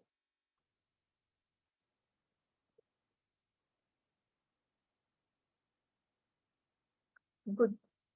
आता जीभ का लॉक करायची, तर आपल्या डोक्यात खूप विचार येत असले ना की आपण ते मनातल्या मनात बोलत असतो, आणि ते बोलत असलो की आपली जीभ हलत असते. सो जीभ लॉक केली की आपोआप विचार कमी व्हायला मदत होते. त्यामुळे बरेच स्पोर्ट्स पर्सन्स सुद्धा ही ऍक्टिव्हिटी वापरतात. म्हणजे आता समजा शूटिंग आहे, तर ते शूटिंग करताना त्यांना बरेचदा जीभ लॉक करून त्या गोलवर फोकस करायला मदत होते, म्हणून ही ऍक्टिव्हिटी सांगितली जाते. सो ही सुद्धा तुम्ही ट्राय करून बघा. अभ्यास करताना असं खूप विचार येत आहेत, खूप डिस्टर्ब वाटतंय, असं वाटलं की पटकन जीभ 1 मिनिटासाठी टाळूला लावून ठेवायची. आपोआप तुम्हाला विचार कमी झालेले जाणवतील. ओके, ठीक आहे. सो आता जाऊया दित्याच्या शेअरिंगकडे. दित्या 10वीत आहे आणि आर एक्सपेरिमेंट्स विथ कॉन्सन्ट्रेशन या प्रोजेक्टमध्ये हे वेगवेगळे ऍक्टिव्हिटीज करताना तिला तिच्या ओव्हरऑल लाईफ मध्ये आणि अभ्यासामध्ये काही चांगले फरक जाणवले. स्वतः ती आपल्याबरोबर शेअर करेल. हॅलो, मी दित्या पाटील आणि मी 10th स्टँडर्डमध्ये आहे. तर ह्या ॲक्टिव्हिटीज जे आम्ही 10 ॲक्टिव्हिटीज केले, त्यातले मी 4 ॲक्टिव्हिटीजबद्दल माझे एक्सपिरियन्स शेअर करणार आहे. तर एक अशी ॲक्टिव्हिटी होती की फक्त 30 मिनिटांसाठी टाईमपाससाठी स्क्रीन वापरायचा होता. तर त्याच्यामध्ये म्हणजे आधी माझं असं व्हायचं की आता ऑनलाईन आहे म्हणून सगळ्यांचंच असं होत असेल, की पहिले आपण म्हणजे होमवर्क दिलेलं जातं, पण आपण म्हणतो की कुठे टीचरांना कळणार आहे की आपण होमवर्क केलंय की नाही. सो आपण तसंच पेंडिंग ठेवून मग काहीतरी टाईमपास करायला लागतो स्क्रीनवरती. तर ह्या आठवड्याची जी ॲक्टिव्हिटी होती तेव्हा मी असं ठरवलं होतं की मी स्क्रीन फक्त 30 मिनिटांसाठी बघणार आहे टाईमपाससाठी. आणि बाकीचा वेळ मी माझं होमवर्क करेल. तर त्याच्यासाठी माझं पेंडिंग वर्क जे आहे ते अजिबात काहीच पेंडिंग राहिलं नाही. आणि आता 10वीमुळे आम्हाला ना इंटरनल मार्क्स दिलं जातं. सो त्याच्यासाठी सगळं कंप्लीट असणं खूप गरजेचं आहे. सो ह्याच्यामुळे ना हे 1 आठवड्यासाठी मी हे फॉलो केलं. तर त्याच्याने माझं आता सवय लागली आहे की पहिलं होमवर्क करायचं, मग वेळ उरला तरच स्क्रीन बघायचं, नाहीतर नाही. आणि आता तर वेळ उरला तर ही गोष्टच येत नाही, कारण की ट्युशन आणि बाकीच्या स्कूलच्या लेक्चर्समुळे ना वेळच मिळत नाही. सो होमवर्क कंप्लीट करणं ही प्रायोरिटी ठेवली आहे. मग दुसरी जी ॲक्टिव्हिटी होती ती डोळ्यांवर 15 मिनिटांसाठी पाण्याची पट्टी ठेवायची होती झोपायच्या आधी. तर ह्याच्याने ना म्हणजे मी जेव्हाही रात्री अख्खा दिवसभर मी चष्मा घालून असायचे आणि रात्री जेव्हा चष्मा काढायचे, तेव्हा असं खूप खाजवायला लागायचं, खूप डोळे चोळावे असे वाटायचे ना. तर त्याच्यामुळे हे पाण्याची पट्टी ठेवण्यामुळे ना हे खूप कमी झालंय. आणि ज्यांना पण चष्मा आहे त्यांना हे खूप फायदा होईल. ज्यांना चष्मा नाहीये त्यांनाही फायदा होतो ह्याच्याने. आणि अजून एक ॲक्टिव्हिटी होती ती होती की ग्रॅटिट्यूड एक्सप्रेस करायची होती. आपल्याला वाटतं ना, की आपण खूप थँक वगैरे बोलत असतो. पण असं जेव्हा आपण स्पेशली काहीतरी बोलतो ना कोणाशी तरी, तर त्याच्याने आपल्याला खूप आनंद होतो आणि त्यांना जेवढा आनंद होतो ना, त्याच्याहून खूप जास्ती होतं आणि त्याच्याने खूप आपण इमोशनल होतो. आणि हे मीही एक्सपिरियन्स केलंय. मलाही आधी वाटायचं, की काय ग्रॅटिट्यूड एक्सप्रेस करायचंय, कुठून पकडू लोकांना, की ग्रॅटिट्यूड एक्सप्रेस करावं. पण असं झालं आणि मग खूप छान वाटतं ही ॲक्टिव्हिटी केल्यानंतर. आणि अजून एक होतं ह्याच्यानी लास्ट ॲक्टिव्हिटीमुळे मला खूप फायदा झालाय. तो होता, की 4 वेळा भ्रामरी करायचं होतं दिवसातनं. तर हे म्हणजे मला खूप आधीपासून मला ना एक्झामचा खूप स्ट्रेस यायचा. अभ्यास करताना असं वाटायचं, की एक्झाममध्ये काय होईल, काय होईल? म्हणून मला खूप स्ट्रेस यायचा. सो आता ह्या ॲक्टिव्हिटीमुळे मी काय केलं होतं, की अभ्यास बसायच्या आधी मी 5 वेळा भ्रामरी करून बसायचे. सो ते जे त्याच्याने डोकं शांत व्हायचं माझं आणि जे इर्रिलेव्हंट विचार यायचे, की काय होणार एक्झाममध्ये वगैरे, वगैरे, ते सगळं बंद झाले आणि मी फक्त आणि फक्त माझ्या अभ्यासावर कॉन्सन्ट्रेट करायला लागले. आणि झोपायच्या आधी पण मी 5 वेळा भ्रामरी करते. कारण की झोपतानाही मला आधी असे विचार यायचे, की उद्या एक्झाममध्ये काय होणार? मी जे अभ्यास केलाय ते येणार की नाही येणार? ते सगळं व्हायचं. सो आत्ता मी रोजच करते म्हणजे 5 वेळा भ्रामरी करूनच झोपते. त्याच्याने खूप छान झोप लागते. म्हणजे मी 7-7.5 तास वगैरे झोपते. पण तेही खूप छान झोप लागते. अजिबात कुठे मध्ये असं जाग येत नाही वगैरे. आणि मागच्या आठवड्यात ना आमचे एक्झाम्स होते. फर्स्ट युनिट टेस्ट होतं. तर त्याच्यामध्ये मला खूप फायदा झाला, की आधी मला थोडा तरी स्ट्रेस आला ना, की मला असं वाटायचं, की मी एक्झामच देणार नाही वगैरे असं सगळं व्हायचं माझं. पण मी एक्झामच्या आधी काय करायचे, की 5-10 मिनिटं आधी मी जाऊन बसायचे जिथे आता घरातूनच एक्झाम द्यायची असते ना, तर तिथे जाऊन बसायचे. मग 5 वेळा ओंकार, 5 वेळा भ्रामरी आणि थोड्या वेळासाठी त्राटक करायचे. मग त्याच्याने ते सगळं विचार जायचे आणि 5 मिनिटानंतर मग मीटिंग जॉइन करायचे. जे एक्झामची मीटिंग होती, ती जॉइन करून बसायचे. मग तिथे पेपर यायचा. मग डोकं अगदी शांत होतं. म्हणून त्याच्यामुळे मला खूप छान असं सगळं आठवायला लागायचं. कारण की आधी कसं व्हायचं, की स्ट्रेसमुळे ना मला आठवायचंच नाही, की मी काय अभ्यास केलाय वगैरे. पण आता त्याच्याने खूप फायदा झालाय मला. सो तुम्ही म्हणजे तुम्ही पण प्लीज हे सगळं इम्प्लिमेंट करून बघा. तुम्हालाही खूप फायदा होईल याचा. Thank you. मस्त दित्या, खूपच छान. मुलांनो मजा येते ना तुम्हाला? Yes. करणार ना तुम्ही हे सगळं? सर. तुम्हाला हे तुमच्याच वयाची मुलं आहेत आणि त्यांना तुमच्यासारखेच त्रास आहेत. तुम्हाला पण हे शुअर यापैकी काहीतरी होत असणारच. तर आपल्याला ते कमी करायचं आहे. त्यासाठी हे करू. आता साधारण एक अजून एक विषय सांगणार, एक ताई अजून शेअरिंग करेल आणि मग आपण ओंकार भ्रामरीची परत एक प्रॅक्टिस करू. तर आता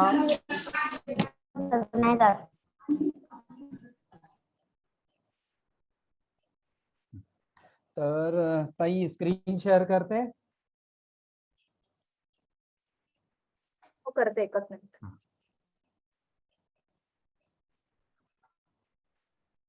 आपल्या ब्रेन मध्ये ना एक पार्ट असतो ज्याला म्हणतात हिपोकॅम्पस.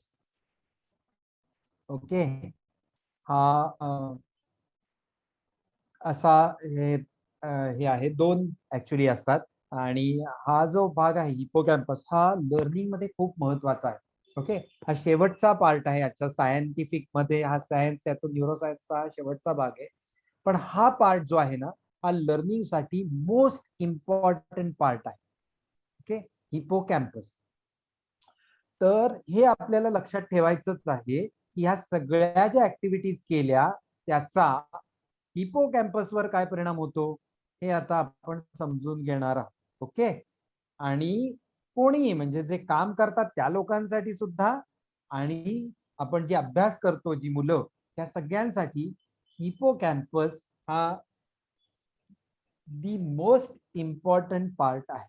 ठीक आहे, काय आहे म्हणजे हा हिपोकॅम्पस एवढं का मी त्याचं कौतुक करतोय? तुम्ही म्हणाल की याचं काय एवढं आहे हिपोकॅम्पस बद्दल, ऐकलं तर नाही मी कधी आयुष्यात. तर हा जो भाग आहे ना, हा पण मी मगाशी दाखवलं ना, तसा हा खूप फ्लेक्झिबल आहे. ब्रेनचाच भाग असल्यामुळे तो फ्लेक्झिबलच आहे. पण त्यात गंमत अशी आहे की हा हिपोकॅम्पस हा या आपला पूर्ण ब्रेनच या स्पंज सारखा असतो. ठीक आहे. आता हा जो स्पंज आहे तो पाण्यात टाकल्यावर काय करेल? पाणी ऍब्झॉर्ब, बरोबर. तसाच हा हिपोकॅम्पस ब्रेन मधली आपल्याला बाहेरनं म्हणजे बाहेरच्या वातावरणातनं सेन्सेस थ्रू जी इन्फॉर्मेशन येते, सेन्सेस थ्रू, आपल्या सेन्सेस थ्रू, आपण डोळ्यांनी पाहतो, कानानी ऐकतो, तोंडानी बोलतो. ओके. तर या सेन्सेस थ्रू आपला ब्रेन इन्फॉर्मेशन गॅदर करतो. आणि ही जी इन्फॉर्मेशन आहे ती हिपोकॅम्पस मध्ये आपण ऍब्झॉर्ब करतो. हिपोकॅम्पस ती गॅदर करतो. ठीक आहे. आता जर हिपोकॅम्पस हा जर अटेंटिव्ह असेल, अटेन्शन स्पॅन चांगला असेल, तर हिपोकॅम्पस मध्ये हे सगळं प्रोसेसिंग होतं. म्हणजे अटेन्शन स्पॅन हे हिपोकॅम्पसशी रिलेटेड आहे. ओके. सो हिपोकॅम्पस इन्फॉर्मेशन आतमध्ये घेतो, म्हणजेच अटेन्शन स्पॅन चांगला असतो. आणि आता गंमत अशी आहे की हा हिपोकॅम्पस, आता समजा हा स्पंज आहे, याच्यापेक्षा अजून थोडा मोठा स्पंज असेल आणि तो पाण्यात टाकला तर काय होईल? जास्त पाणी ऍब्झॉर्ब करेल स्पंज, बरोबर.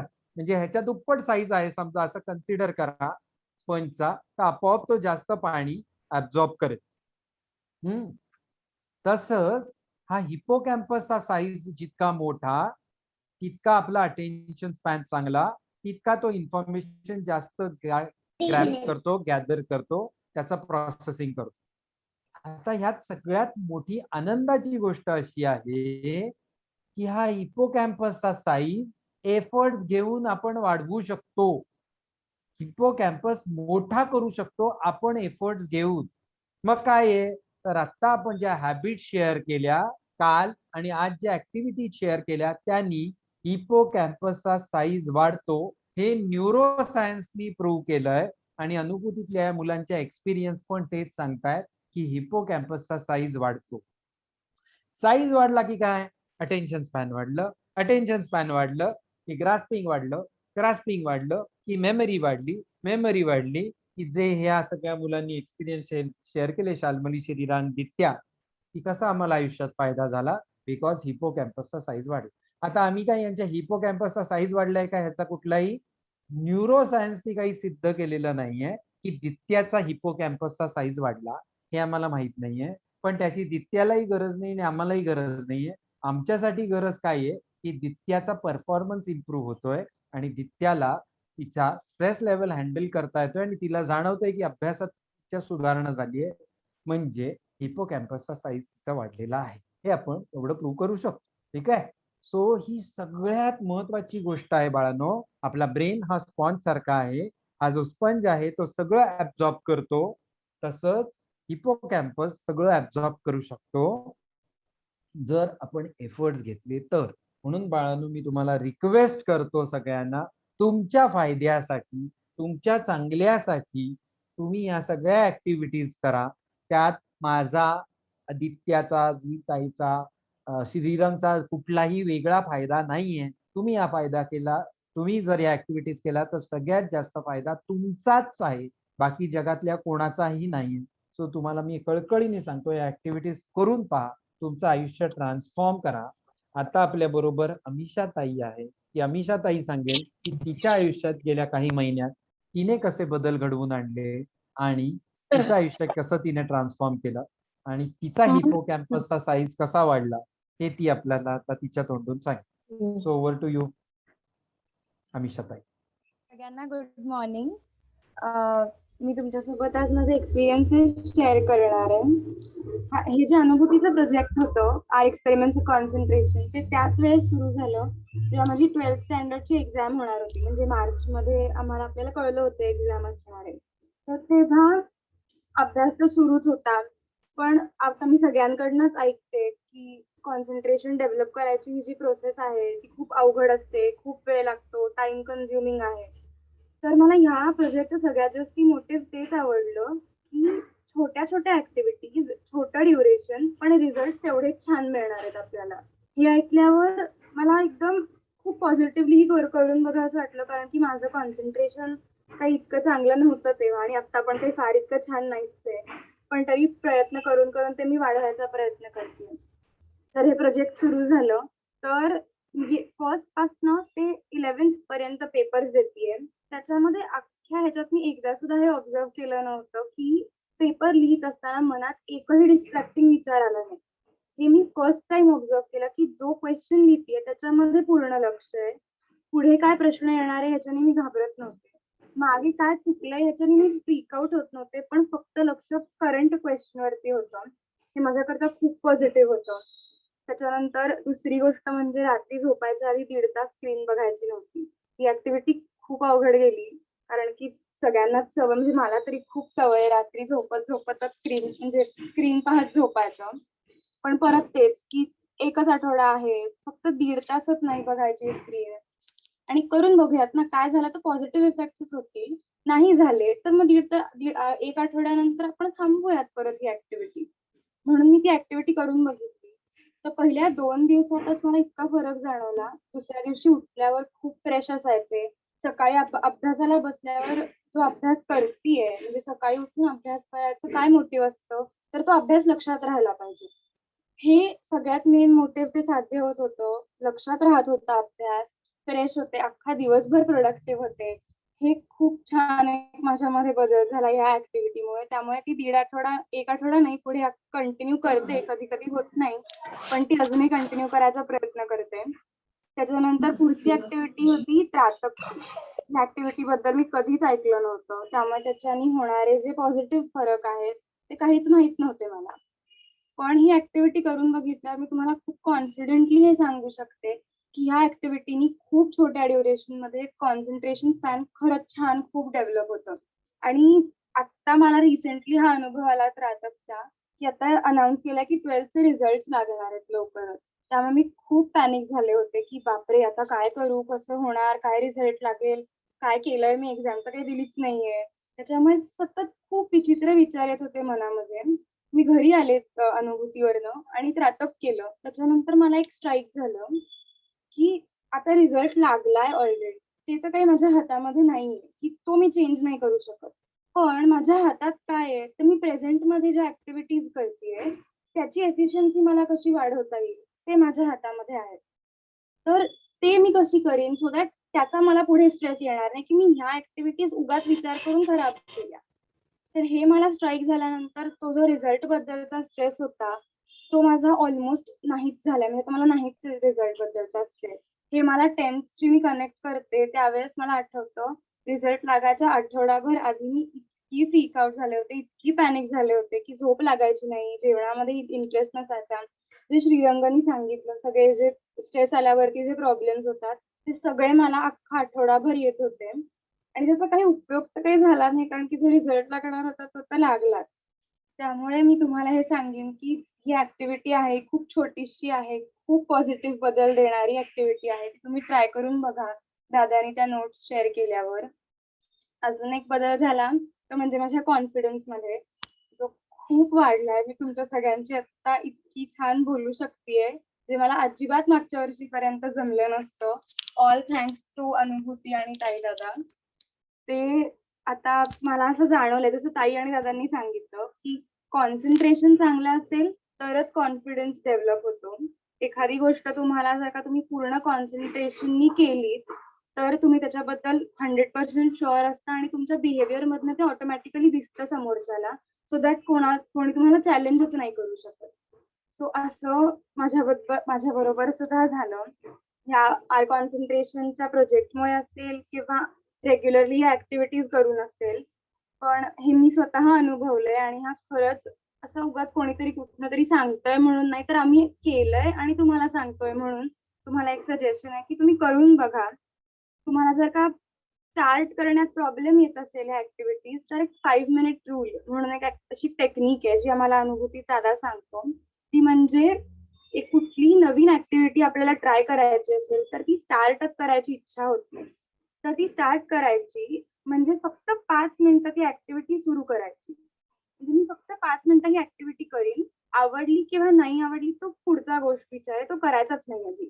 मी फक्त 5 मिनिटं ऍक्टिव्हिटी करणार आहे, हा माझा एम असेल.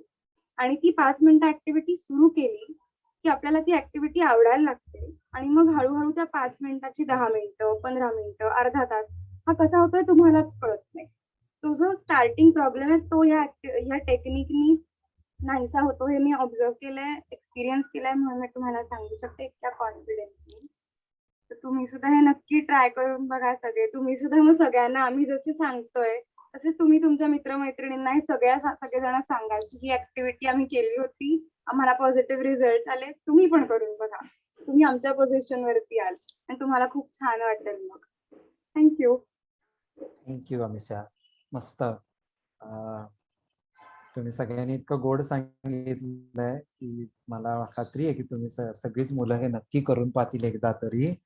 आणि आपण आता ओंकार भ्रामरी एक करूया आणि मग काही क्वेश्चन आन्सर्स असतील तर थोडेसे घेऊ, पण 3 वेळाच ओंकार आणि भ्रामरी घेऊ, म्हणजे मग वेळेचं नियोजन करायला अवघड जाणार. ताई आपल्याच्या 3 ओंकार 3 भ्रामरीची प्रॅक्टिस घे, म्हणजे तुम्हाला परत करणं सोपं जाईल, त्यापासून तुम्हाला करायचं आहे म्हणून. आपण काल पाहिलंच आहे, ओंकार म्हणताना दीर्घ श्वास घ्यायचा आणि श्वास सोडताना जितका वेळ ओ म्हणतोय तितकाच वेळ म म्हणायचा. ओके, सो असे 3 ओंकार करूया आणि त्याला लागूनच भ्रामरी पण करूया. तर भ्रामरी पण एकदा पटकन रिवाइज करू. भ्रामरी करताना काय करायचं आहे तर ओंकारच म्हणायचा आहे, तोंड बंद ठेवून ओंकार म्हणायचा आहे. आणि तोंड बंद ठेवून ओंकार म्हणताना अजून काय करायचं आहे तर अंगठ्याने कान बंद करायचे आहेत, डोळे मिटायचे आहेत, ही 3 बोटं डोळ्यांवर ठेवायची आहेत आणि हे 1 बोट कपाळावर ठेवायचं. हे झालं की पुन्हा दीर्घ श्वास घ्यायचा आणि श्वास सोडताना तोंड बंद ठेवून ओंकार म्हणायचा. ओके, सो आपण 3 वेळा ओंकार आणि त्याला लागूनच 3 वेळा भ्रामरी करूया. तुमची ऍक्टिव्हिटी करून झाली की अनम्यूट करून अजिबात सांगू नका ऍक्टिव्हिटी झालीये, आमचं लक्ष आहे. सगळ्यांची झाली की डोळे उघडायची इन्स्ट्रक्शन देईल. Yes ma'am. चलो, ताठ बसा.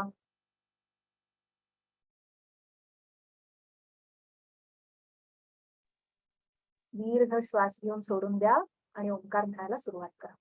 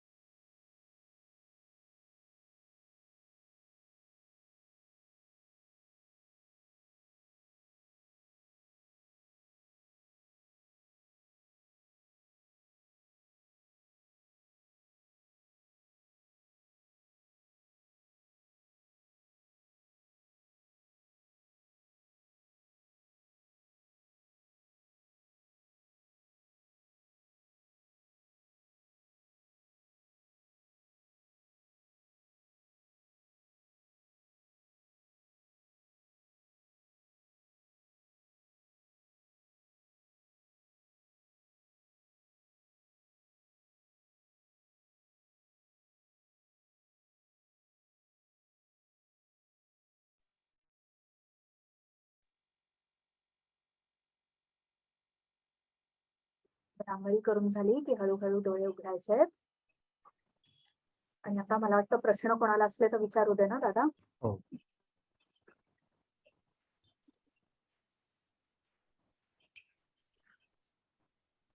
काही प्रश्न आहे का कोणाला बाळांनो? No sir. नाही sir. Okay, no sir. Okay, how to avoid negative thoughts from coming into brain. तर ह्या ज्या ऍक्टिव्हिटीज केल्या ना, की बाळा निगेटिव्ह थॉट्स आपोआप कमी व्हायला लागतील.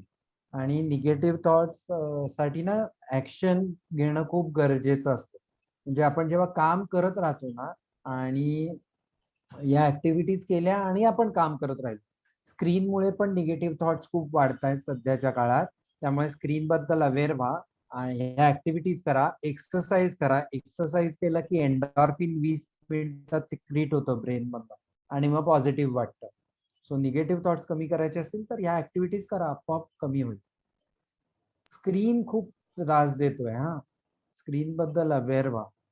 म्हणजे मी स्क्रीनवरच बोलतोय हे, पण अवेअर राहून स्क्रीन वापर. सर त्यामुळं पूर्णपणे बॅड थॉट्स जातील ना? हो, नक्की जातील बाळा. बॅड थॉट्स पूर्ण जातील. बॅड थॉट्स येत राहतात, असं नाही की बॅड थॉट निगेटिव्ह थॉट्स म्हणून बॅड नसतात. तुझ्या मनात कुठे बॅड थॉट येणार? निगेटिव्ह असू शकतात, पण त्याच्याबद्दल तू अवेअर झाला ना की हळूहळू कमी होती. म्हणजे फॉर एक्झाम्पल अमिषा ताई आता म्हणाली ना की जरा 12वीचा स्ट्रेस आला, म्हणजे निगेटिव्ह थॉट आला ना, पण ती अवेअर झाली आणि मग तिने ऍक्टिव्हिटीज केल्या आणि अवेअर म्हणजे अवेअर जाणं म्हणजे कळणं की मला आता निगेटिव्ह थॉट येत आहेत आणि मला याच्यावर काम करायचं. सो ते केलं की आपोआप कमी होतात. जे 10वीला करू शकली नाही ते 12वीला करू शकली. सो नक्की कमी होती. हो सर. ओके, आपण असा विचार नाही ना करू शकत, कारण नुसता थॉट जो आहे ना, तर what if think about happiness and not sorrow, तर शेवटी थॉट आहे ना तो, पण हॅपीनेस किंवा सॉरो हे फिलिंग आहे. नुसता थॉट मला छान वाटलं पाहिजे, मला छान वाटलं पाहिजे म्हणून मला छान नाही ना वाटत, किंवा रागवायचं नाही हे आपल्याला सगळ्यांनाच माहिती आहे की मला राग आला नाही पाहिजे, बरोबर. पण कोणीतरी मला काहीतरी डिवचलं, चिडवलं की मी स्वतःला सांगतो की मला रागवायचं नाही, पण आपण ओरडतोच ना, मला रागवायचं नाही, मी ओरडतोय, असं आपण जोरात बोलतो. म्हणजे काय, थॉट तर आहे की रागवायचं नाही, पण इमोशन आहे ना, ती इमोशन कमी करायला आपल्याला, इमोशन म्हणजे काय, तर ती मगाशी म्हटलं ती केमिकल्स, ती न्यूरो ट्रान्समिटर. मग आपण या ज्या ऍक्टिव्हिटीज केल्या ना, तर त्या निगेटिव्ह इमोशन्स कमी व्हायला मदत होते.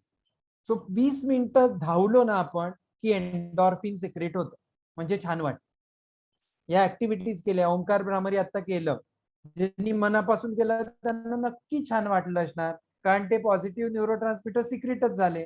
मसाज, इथे जेव्हा आपण मसाज करतो तेव्हा आपोआप इथल्या मसल्सना बरं वाटतं, आपोआप ती न्यूरो ट्रान्समिटर्स केमिकल्स सिक्रेट होतात, छानच वाटणार. सो मला निगेटिव्ह वाटलं नाही पाहिजे हा विषय नाही,